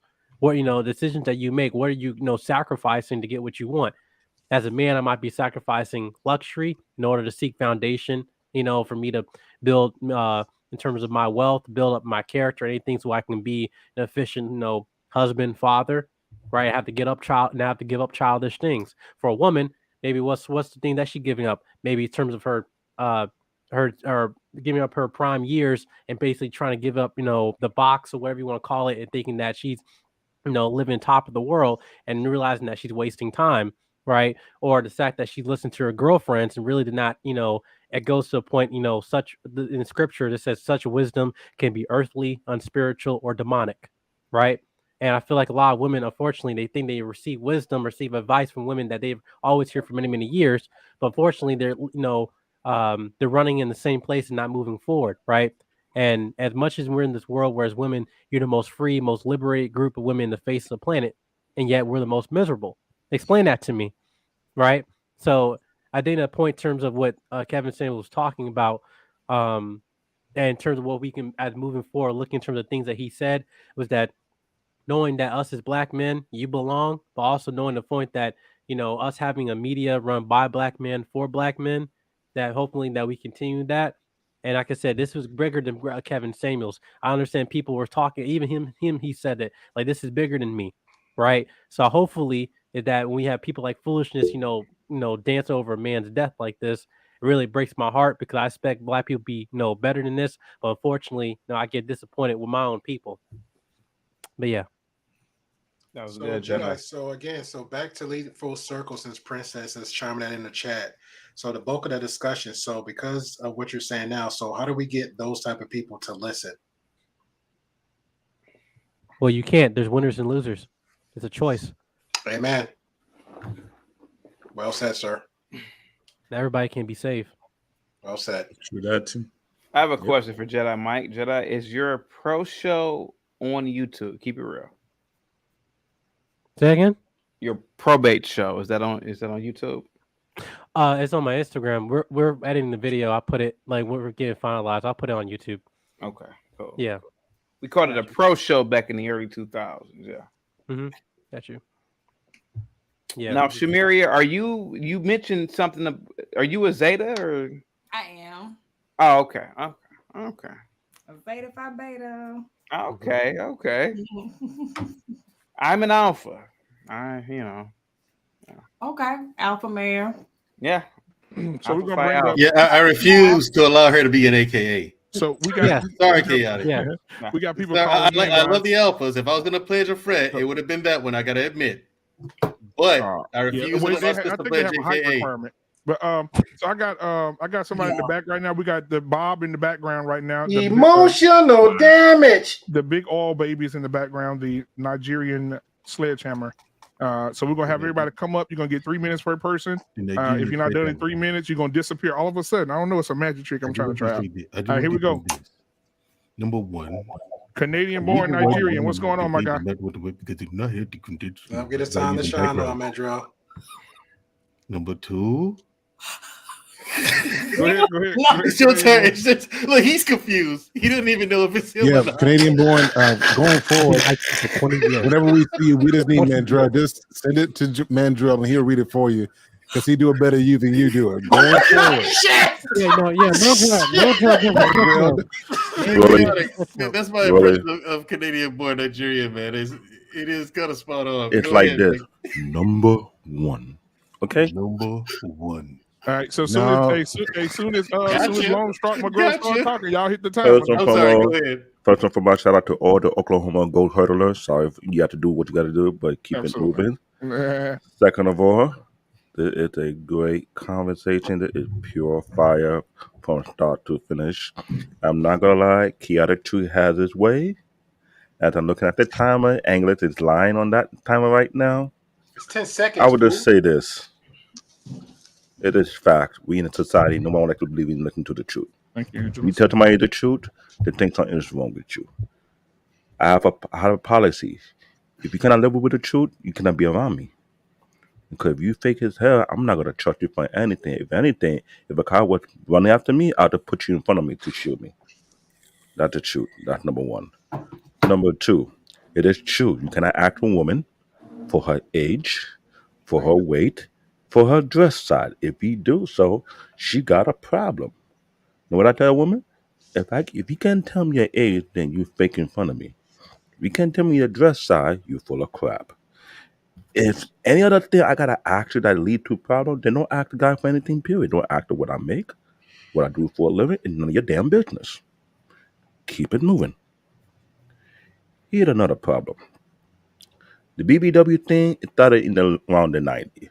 Another one was saying, oh, I'm not fat, I'm the big bone. You're not big bone, you're thin bone, and I've been debunked it.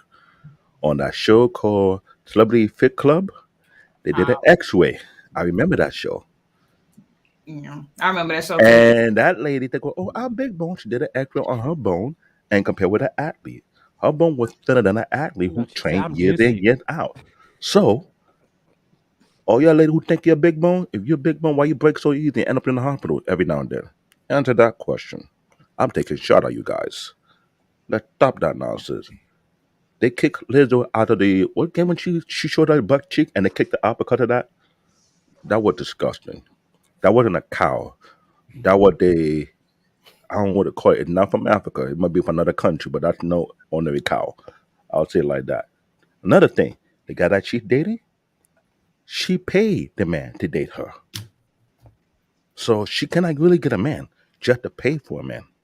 So the man had to take some kind of pill so he won't feel the after effects of it. So I call like it is.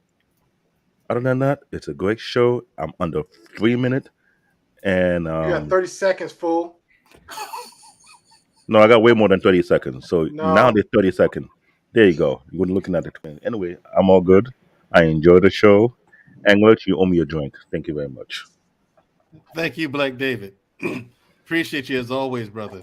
Shout out to the Oklahoma Gold Huddlers. All right.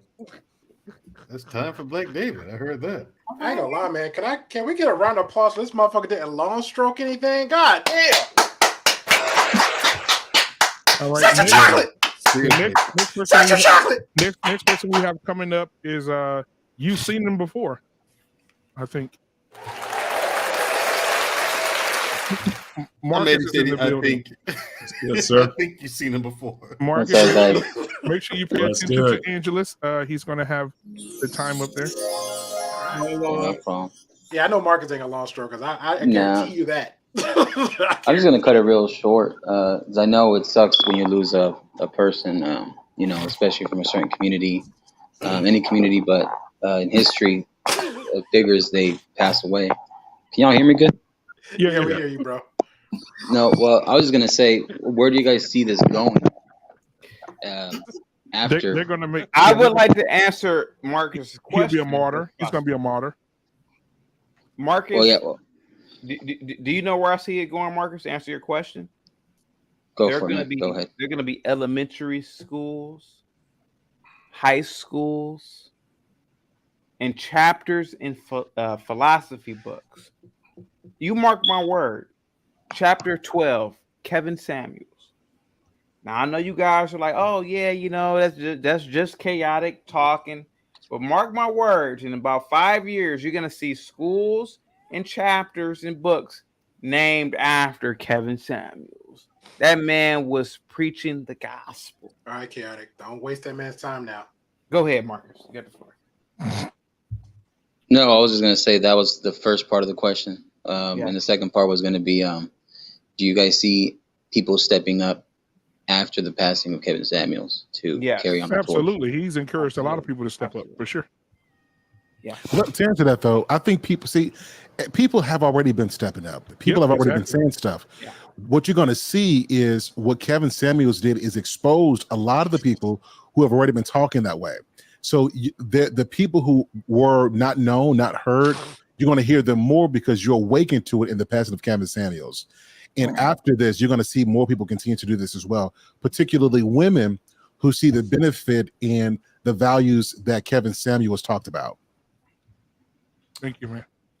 Okay. Where we at, Angelus? Huh? Where we at on time?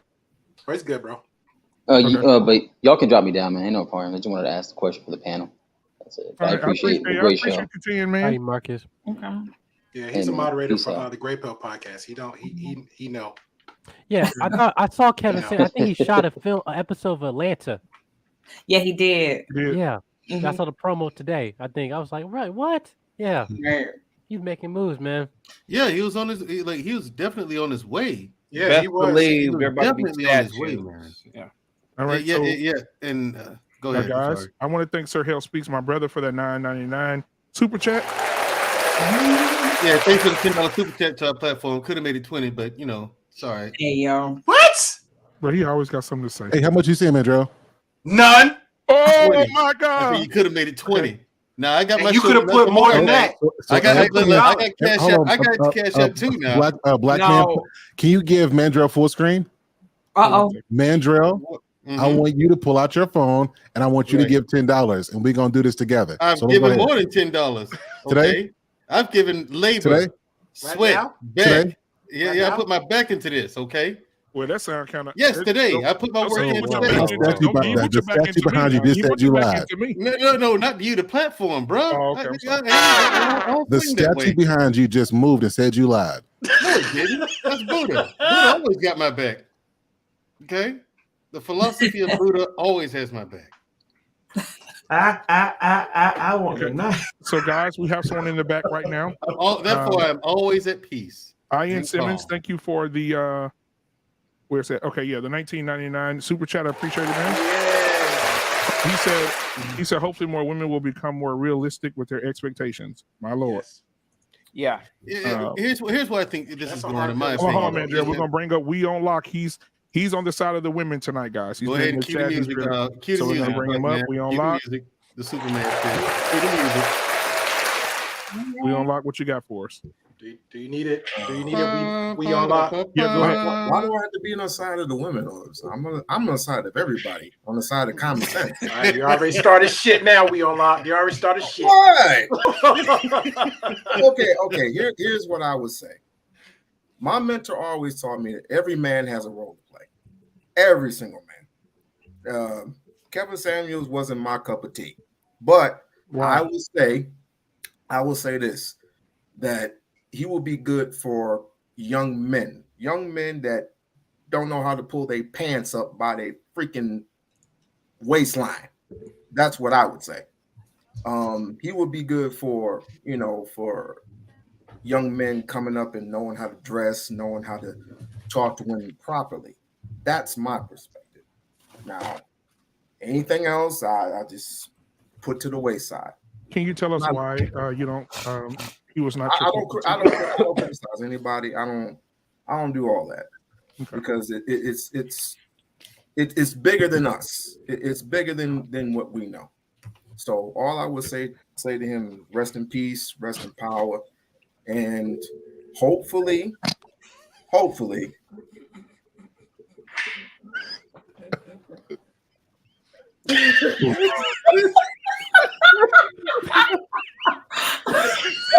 As I was saying, hopefully, and he can take two of these, by the way. No, don't do it. No, don't do it. Ding, ding, ding, ding, ding, ding, ding. Oh boy. Hopefully, there will not be a woman who acts just like a Kevin Samuels. Just be forewarned.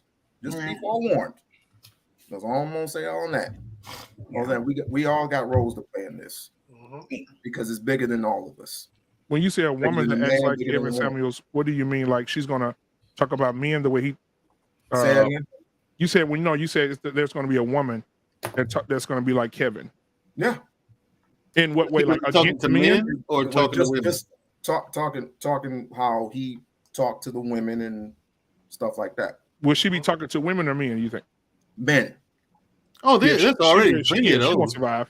Yeah, but there's already plenty of those. Yeah, those divestiture channels and all that. Name one that's been sufficient. I can't do that now. Well, collectively, we call them simp hunters. Collectively, yeah. We call those. I can't name you one that's significant, but they're out there, man.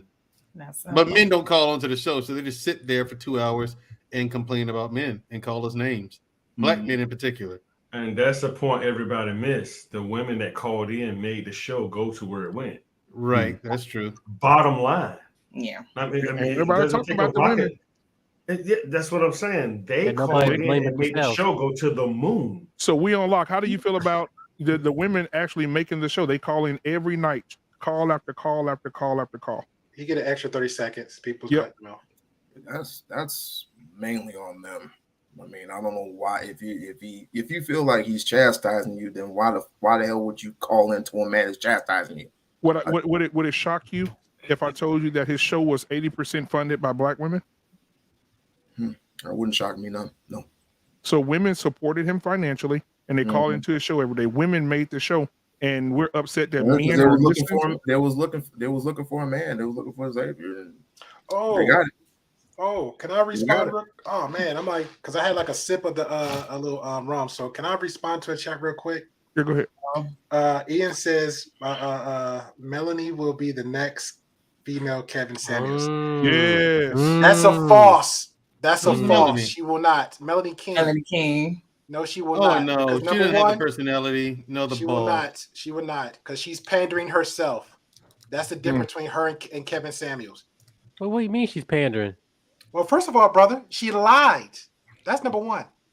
Number two, she can't do anything original because guess what? For a whole week, all she did is clip Fresh and Aberrant Preachers their own content. Yeah, we should. Yeah, that's another content creator. We, you know. I'm just saying. So I don't see her professionally as being another Kevin Samuels. Two different personalities, two different contents. Yeah, Black Man. Yeah, I got to run, but I'm gonna say it. I love each and every single one of y'all, including you, Chaotic Truth. Even though you're my brother in the faith, you're not my brother in real life.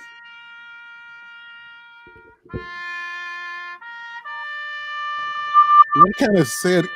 What kind of sad exit is this? I would like What you to. talking about? I would like to address We On Lock Nation. I got mad love for you, bruh. But the respect for Kevin Samuels is unconditional. The man spoke the gospel, and I'm telling you guys this from the bottom of my heart. You're going to watch within the next 5 years, he is going to have the same, I said it 30, 40 minutes ago. He's going to have the same status as Martin Luther King, Malcolm X, the Honorable Elijah Muhammad, and Farrakhan. Watch. Your average at best is going to be a, how we say, John 3:16 and all that. I'm telling you, there's going to be a book of Kevin Samuels, and that's going to be one of his many quotes. And it's going to say, you know what? Go to that verse. Watch. That man is wrong. We on Lock Nation. Respect to you, sir. I rock with you. But there's nothing that man said, talking about Kevin Samuels, was wrong. Nothing. Go ahead, guys. You got the floor. Go ahead. Can I say I am about to respectfully call it a night? Have a good one. But it has been wonderful being on this panel with you all gentlemen. And all I can say is for my final thoughts is, I hope things get better within our community, within our society. So I don't know, maybe some miracle will happen and, all ears will be attuned, but until then, one can only hope. All right, well, Shushu, I'll call you when I get off. Out of respect to Shushu, can you get the exit music too, please? Yeah, Shu, I just want to say really quickly, thank you for your perspective. You are a dope example of what a lady is. So I appreciate your perspective and the wisdom you bring. Absolutely, you're finer. That's right. Finer womanhood, okay? Yes, ma'am. Your mother, your father did a good job with you. You know what I'm saying? Listen, it's always good to see your work appreciated. It's always good to see your work. It's always work appreciated. Hey, I want to say to Shushu, your mother and father did a good job with you. That's with me. With you. I don't know about anybody else. Really, there's only the two of us. There's only the two of us. So I mean, I don't know about anybody else. Well, we know you're not talking about me. So I mean, I don't know. But thank you so much, Shushu. Really appreciate that. Did you come over at HBCU? I did. Okay, you got to name it, but okay, cool. Yeah. That's what's up. Cool. Yeah, cool.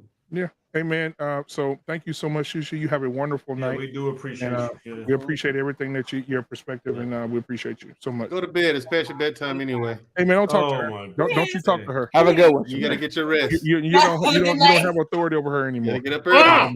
Stop. Until she is married, sir. You don't have any. I do have authority. I am the de facto leader of this family now. And check on her in about 5 seconds. Hey, no, you will not either. You will not call. She just text me just now. Damn, that was quick. Hold on. Oh, listen to the jokes. Listen to the jokes coming from a married man. Hey man, so I got Jay Boog coming in. Jay Boog, come on in here. What's going on? What's up, good people? How y'all doing? Salute. What's going on, my brother? Man, salute, bro. Yes, sir. Yes, sir. Man, I want to state first and foremost, I was a fan of Kevin Samuels. Okay, but I think that it's the most delusional thing that I've ever heard to put this brother on the level of a Malcolm X or Elijah Muhammad or any of our great Black heroes, or expect that we are going to see textbooks or chapters or schools or street names named after Kevin Samuels. I mean, to put it in perspective, as much as I was a fan of his, mainstream media didn't even pick up the brother's death.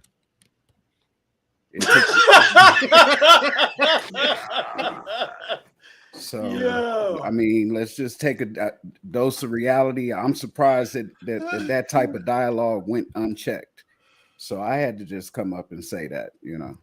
Well, to be fair, Kiana I would like to get a led me to response. drinking, so I just started taking a sip. So, yeah, and I'll also say this, if I may, Kiati, that not one great man throughout history was ever appreciated in their time. They were always glorified and appreciated much later after their death. Yeah. So I'm just saying, to have a street named after the fella or a book written, you know what I'm saying, based on his philosophy, it's not too far of a stretch. There'll be a book written about him, but it will not be a textbook in schools. Come on, let's keep it real. There will be books written about the man, but we will not find them in our main. I will say this: you never know that if you have brothers up here who might start an all male school, you can't say that. Well, I mean, yeah, and our school would I'm not just saying. Dr. Umar. Yeah, our school would I'm not be just like saying. Dr. Omar's. I mean, Yeah, Dr. and did Umar. y'all see Dr. Umar then changed his whole mind on Kevin? Let me tell you something. Yeah, he said. See, I think we underestimate when people are moving to do something and they pass away. Sometimes that catapults what they're doing, and you get a chance to be objective about what's happening. And a lot of people during the time of other great leaders, their contemporaries didn't see them as great either until you saw the impact of their work a couple decades down the line. This is not to say that Kevin Samuels is on line with other great leaders, but I do think that we should not discount the impact that he's made, because we don't know what he's done, the impact that is going to make 5 or 10 years from now. Yep. Yeah, and also, Sir Hale, do you think that if you were to start an all men school, would you mention him in your text, in your teachings? I think it would only be fair to. And the reason why is because whether we like him or not, he made an impact. And I think whether we agree with somebody or not, it'd be crazy for us not to look at how this person was able to create change. And let's say he did make change.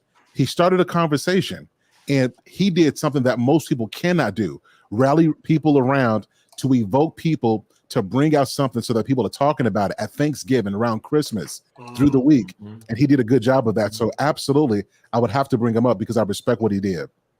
Absolutely. And I appreciate that. I appreciate that. Each one of us right now that's sitting up here with a microphone in our face right now have been influenced by Brother Samuels. Oh, absolutely. So I understand and I appreciate everything that you're saying. But he will, some people spark change, and he will be appreciated for his contribution and his leadership in that role. But the people that take up the torch and move it and take it from here will be the ones that actually affect change on a wide scale basis. That's fair. Oh shit. J Boogie or J Bug, whatever your name is, respectfully. Go ahead, grab me another bottle. You're a hater, and right now you're being a crab in a barrel. I'm not saying that you are always like this, but it is indicative. I've made videos about the old black man who hates. You wish you had the status of Kevin Samuels. Actually, you wish you had that, but go ahead, brother. You wish you had the popularity of Kevin Samuels. Now, the white man, he had, all you guys on the panel or anybody in the chat, you can almost testify to this. You've went to high schools with the names of white men that you don't know, and you look them up, and they're just nobodies, unless they were the president. No, mine was a serious the white man will make a school out of his own people, and the white guy's name is a nobody, a loser almost. Kevin Samuels deserves schools and books. That man is a philosopher, and he is he's not alive anymore, but he was trying to correct problems in the black community. He was trying to get women to be more conservative and black men to compete, to be competitive, and to be businesslike. In my opinion, he is greater than Martin Luther King. He is greater than Malcolm X. He had the platform to be greater than all these men I've named. Thomas Sankara in Burkina Faso, Patrice Lumumba in the Congo, Jerry Rawlings in Ghana, Marcus Garvey. He had the platform to be bigger. And for you to come on here and to downplay that man's achievement, you're a crab in the barrel, sir. And truth be told, if this was my platform, I'd kick you up out of here. But luckily, I'm not the administrator. You should cherish every moment that man was on the planet. That man did so much for the black community. And there was a time when his words were the daily lives of black people back in the day. Get your ass in that kitchen. Quit talking when men are talking. See, that's how black people used to be back in the day. Black men, get your ass out there and build something. You should be out there working on something. That man, Kevin Samuels, he was on to something. And for you to come on here and to pull what I'm saying back, pull it down. I'm disgusted, sir. I'm disgusted in you right now. And you should be shamed for what you said. I'm able to respond? Yeah, I'm done. Go ahead. Yeah. Okay. I'm pretty sure that the words that you use are to elicit some sort of response from me. I'm not going to go there with you. What I would tell you is that on this platform, I've watched you say things to the effect of, I let you all speak. And it's not even your platform, bro. Now, I've been quiet for a while. Now, I let y'all speak. You have put yourself on the level of Kevin Samuels. Like, are you serious, bro? So we should live. It's Kevin Samuels, and then it's you. I don't understand that. So are y'all on the same level? Just correct me, because that's what I heard you say. I think that speaks to the delusion that you have spoken on this platform. Were you asking me a question? But I've seen you do this on various platforms. Were you asking me a question? I did ask you a question. Okay, I would like to get back on a Black Man Unfiltered. Please put me on the big screen so I can answer this man's question. How dare you ask me a question like that? Sir, because it's what you said. No, sir. You and every other black man in America should want to put yourselves on the platform of Kevin Samuels. See, I'm not likening myself to Kevin Samuels. See, I grew up with a father. But every black man in America should be the equivalent of what that man was talking about. Wear a suit, talk proper English, have a network. It's not about being Kevin Samuels, sir. It's about a philosophy, a lifestyle. That's what that man was preaching. I'm not likening myself to him or any other body. I don't need to. But me being a part of the Divine Nine, and Jedi Mike, he's a young guy and he can speak for it too, even though he's newly minted in it. This is what we're taught. And my father also taught me that before that. We're taught to walk with a certain cadence, to speak with a certain diction. And the fact that you said I'm trying, or people are trying to be like Kevin Samuels, is absurd. The fact is that black men should embody Kevin Samuels, embody chaotic truth, embody Black Man Unfiltered, embody even you, because you seem respectable. Black boys right now are embodying the wrong philosophy, rap culture. They're embodying ignorance right now, and they've been doing it for decades. Kevin Samuels was the embodiment of what Martin Luther King was talking about. Go ahead. You got the floor. Go ahead. Okay, brother. Yeah, go ahead.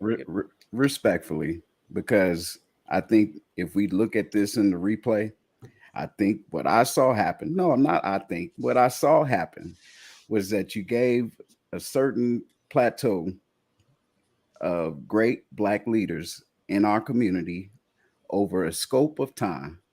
And you said that these are people that we should listen to. And then you said, and Kevin Samuels is someone that we should listen to. And so is Chaotic. I think you said right before that, I think you said, I hate to sound arrogant. And then you put yourself into the equation. So I don't think that I'm off on my perception of what was being said. I think that you were quite right. It was very arrogant. But I see that's your stick. So that's fine. But to call me a crab in a barrel because I disagree with what your statements are, I think that's a piss poor argument, bro. And I don't take offense to it because I know who I am as a person, as a man, and as a brother. I'm gonna leave it at that. I didn't get the timer, but I would eventually guess my 3 minutes is up. No, you good, brother. No, somebody else can have it because I gotta get up and. All right, go get your do final real thoughts. things. Yeah, get your final thoughts, Bernard. Well, I'm glad that we growed into this conversation. I'm glad that Chaotic actually came back, and it was completely opposite of what everybody thought it would be, which shows that the maturity we have on this panel. I really do like that, so I want to give everybody props and salute for that. And it shows that anybody that watches this and they watch what happened last week is that people can listen if they want to listen and if they want to learn. And that's what I like about this panel tonight. So Chaotic, I appreciate you. Salute you for coming back. I salute everybody in the chat. And I tell everybody this. I tell people this all the time. I don't care who y'all don't like. I don't care who you didn't like. And I don't care who the villain is in the Marvel movies. You can always take something from somebody, whether you like them or not. And one thing we can say about KS is there's a lot of things we can take from him. It's not just a little. Most of us on this chat, and on our panel can go over 5 things. First of all, he shows you what you can do in a year and a half. You can pretty much retire yourself if you do what? You put the work in. He's no different. He's no different than Kobe. When Kobe said in Muse, he said, while everybody was going to the clubs, it was me and the janitor at the Staples Center shooting 1,000 shots. Same thing, but who did he get that from? Jordan. So once again, in this YouTube streets, what nobody can deny, and I don't care how mad people get about how Kevin said things. He just gave you the keys. He just gave you the blueprint. Nobody on this panel, none of us, and I'm not worried about none of us up here. None of us up here have no reason why we can't be at 1 million subscribers in a year and a half if we know what we're doing, because he left us the blueprint. So for those that are hating, you can hate all you want, but he left a path for us and a blueprint. You can't beat that. And all of us up here on this panel know that.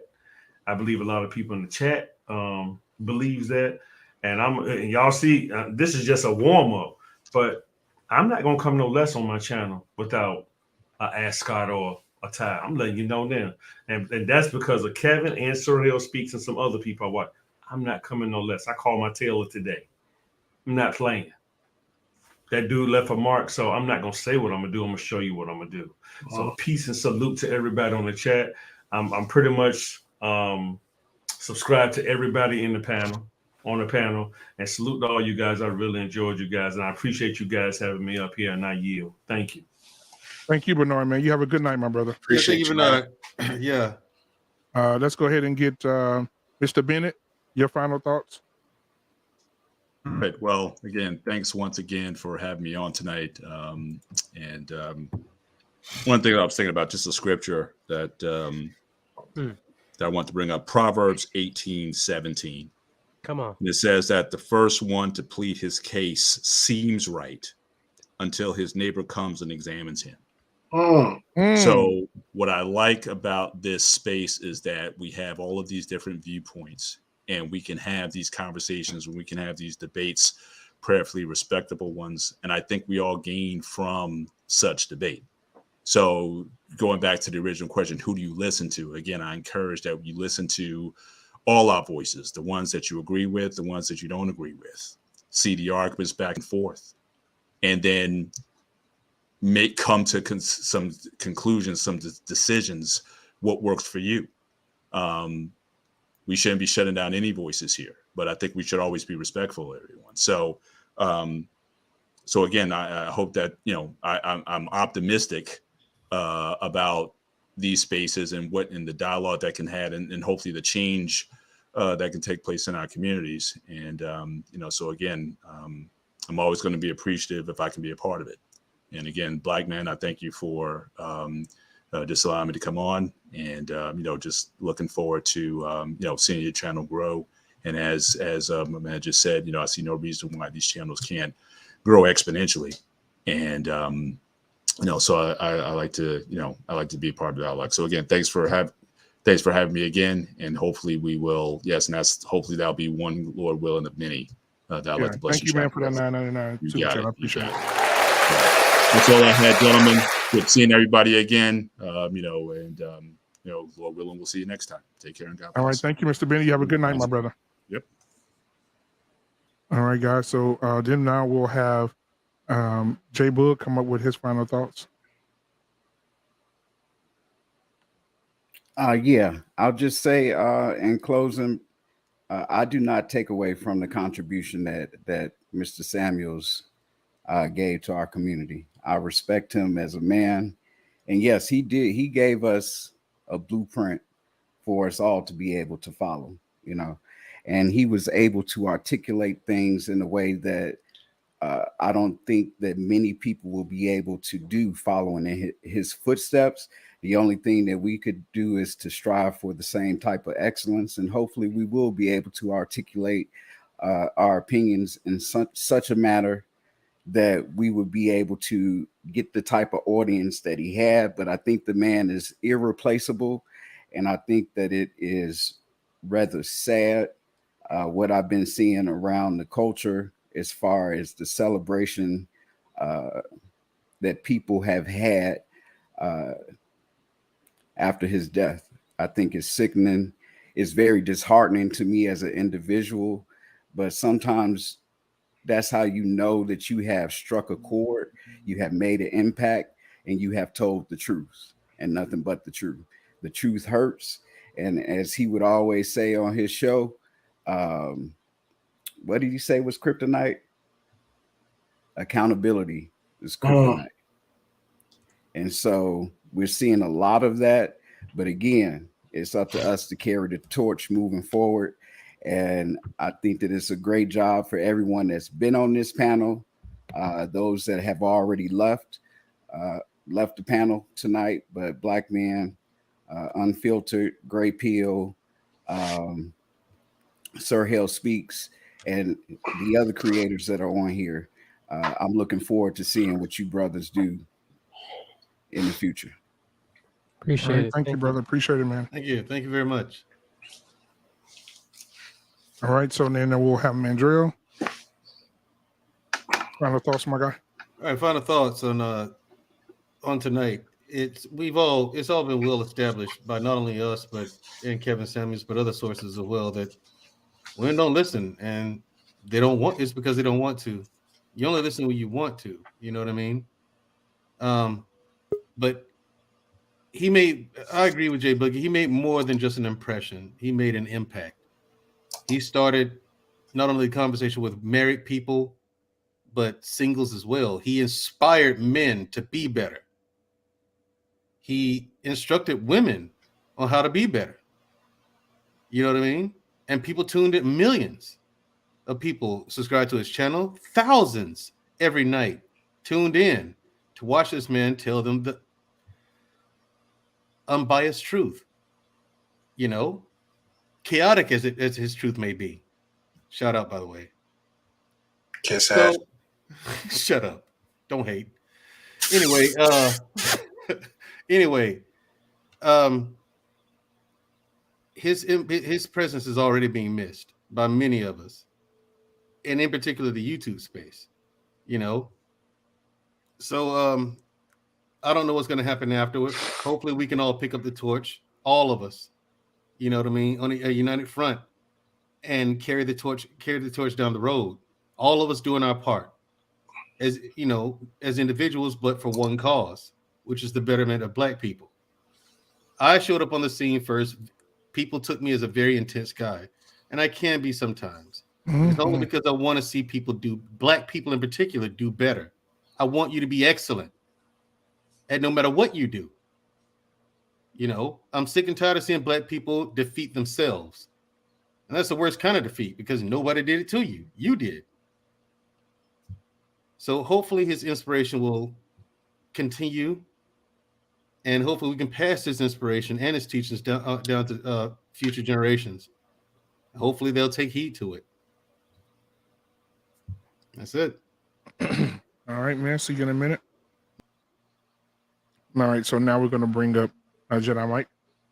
Mm-hmm. Yeah. Just said, it's a good stream as always. I just kind of encourage people, just regardless where you say, you're not liking people put them on a pedestal or whatever, how you might have not disliked them, whatever.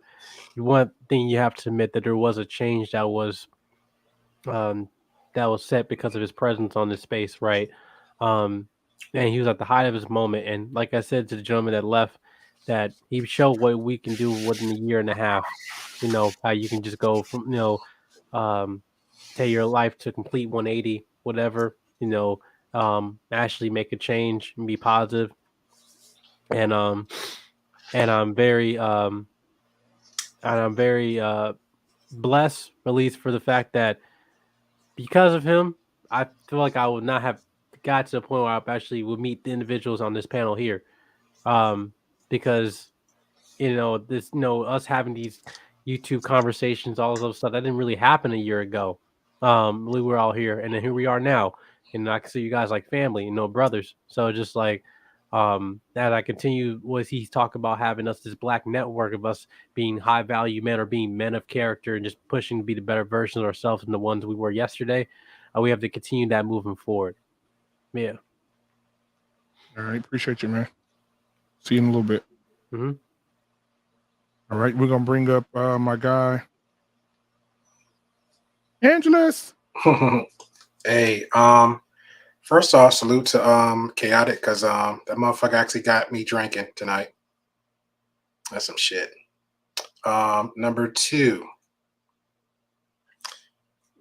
it has come down to Kevin Samuels was a great inspiration for everybody out there. Whether you could like him or hate him, or you want to, Jay Buggy said it best. He inspired people to do men to be better versions of themselves, whether they wanted to be him or just want to be a better version of themselves. To most women out there too, to be a better wife, to be a better woman, to be just a better spouse, and what else? He was just a good dude. I mean, I never disagreed to everything he said, but across the board, everybody emulated something with his platform and took that part of that blueprint and made it their own. Everybody did it. Everybody did it. I hope that people go back and watch a lot of his content and take it how it is. I really hope, especially women, that only hearing gossip stop judging him off of hearsay. I hope that women only get a clip or snippet, because as content creators, and I'll give an example for Chaotic Truth, you can take him as you are on screen. That doesn't necessarily mean that's how he is in real life. That doesn't mean how he is in real life. I can literally clip somebody on my show and make them look like the angry black woman. Easily make them look like the angry black woman. But that doesn't necessarily mean it is. Watch the whole full episode and take a full accountability of that. So I'm gonna leave it with that. So God bless everybody. I hope we learn how to listen, pay attention, and be a better person and plant them positive seeds to other people. Appreciate you, man. See you in a little bit. All right, man. We got my boy, Chaotic Truth. What you got, man? You need a little bit more of that? To the edge of it all. That's for KS right there, man. Come on. All right, go ahead. You muted. I said salute to you guys. It was all in fun tonight. I am so glad that the Black Man Unfiltered has invited me up here tonight. And I stand by my word. I think that Kevin Samuels is a prophet of some sort. And if you look at the definition of a prophet is a person who speaks on behalf of God's will. And the man was talking about a lot of biblical ideology. And the fact of the matter is that conservative talking points are very much needed in this society right now. And Kevin Samuels definitely talked very conservative. And on this note, for anybody who's young watching this, wear a suit. Wear a button up. Speak proper, engaging productive conversation. Those are talking points that I'm pretty sure your fathers taught you, Kevin Samuels taught you, etc. Because that's the way of the world, really. But thank you so much, Black Man Unfiltered. Do you want me to stay in the back for you? Yeah. Okay, I got you. Thank you. All right. See you in a little bit, man. Tommy B. Hey, what's going on? I ain't really got nothing bad to say about Kevin Samuels. I think he definitely did a lot in the last year and a half, 2 years. I think he started a important conversation. One thing that kind of irks me in our community is it has for a while. I've talked about this a lot, and I even joked about it with females. Is if you fucking with a dude over 30 that don't own a suit, you deserve everything he do to you. I don't understand men being over 30 and don't own a suit. Like, that shit's weird as fuck to me. But again, I was fortunate enough to have my pops around, so that's some of the stuff that I knew. But I think his presence would definitely be missed. I think he definitely left out a blueprint for content creators. I think that's another lane that I don't think a lot of people focus on too much about what he did, is what he did for content creators and almost empowering content creators and essentially blazing a trail for you to essentially go mainstream. I think he was right on the verge of going mainstream. And I think he showed people that it is possible, and that all this stuff that content creators are doing to get to that level, that is worth it. And he showed how fast it can change. It essentially one viral video for him, and he was kind of, it seemed like he was everywhere. So I just hope people with him chew the meat and spit out the bones. If you don't like the tone, that's cool, but listen to the message and hopefully get something out of that message. And I'll tap into the back for the rest. All right, bro. All right, thank you, man, for being here. Sir Hale, let me give you a little bit of that, man. Let me see. Come on, man. I know that was your boy. Come on. Yeah, I just want to say something real quick. Shout out to the CIA One love to the FBI. Come on behalf on, of Kevin man. Samuels. Come Listen, on, man. I want to say something really quickly to the parents of Kevin Samuel, to the family of Kevin Samuels, and to the friends. Regardless of all the negative stuff you're hearing, Kevin Samuels made an impact on this world. And for all the hate that he gets, and for all the negative things that people are saying, he touched a lot of lives. And there are a lot of people who are grateful for his life. So to the family, to the friends, even though we as content creators know that we feel a pain because we lost somebody who we could connect with, we understand that you are also in pain. So Black Man Unfiltered, myself, and everybody on this panel, we send our love and our condolences to you. And we want to let you know how much we appreciate the gift that Kevin Samuels was to all of us. That's the first thing. The second thing is, on behalf of Kevin Samuels, it is time for us to move ahead. All this arguing behind Black men and Black women, it is time for us. If we're going to argue, we got to argue forward. I don't mind us arguing, but we got to argue forward so that we don't keep talking in circles. We don't keep hurting each other and our kids keep on suffering. Black men, it is time for us to stand up and to be great and to own that. It is time for us to step and be the men that the women who we want can look up to and respect, so that our children understand who they are and they know that they have a place in this world. To our women, we do not want to spend our time arguing with you. We don't want to put you down. That's not our intentions. We are simply trying to have a conversation because we want the love, we want the family, because we understand that time is limited and we can do much more together than we can apart. So let's get on that page. Let's do better together. Let's show that love. Appreciate everybody. Thank you so much. Man, appreciate you, man. See you in the back, brother. Hey, guys, thank you guys for being here tonight, man. I'm going to give y'all a little bit of this on the way out as well, because every time you hear this, I'm going to use this a lot, man, because I'm going to try to keep the memory of this of Kevin Samuels up, man. But, man, this song right here, it's just like 2 Cents said, it's just hit different now. And so I want to keep his memory by using that. Man, this show has been fire tonight. Thank you guys for being here. I want to thank Zoe.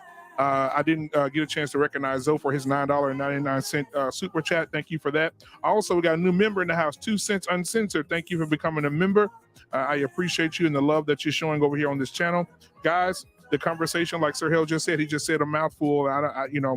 He said everything. I agree with everything he says. Let's argue forward. And so I appreciate you guys. You guys are amazing. The guys in the back, y'all get y'all something to drink real quick. Get y'all go to the bathroom real quick. I'm gonna play this outro for Kevin. This countdown for Kevin. I'm gonna play it one more time, but I'm gonna play his song pretty much a lot. But I'm gonna play this outro for him one more time, man, as we celebrate the life, the legacy of Kevin Samuels, guys.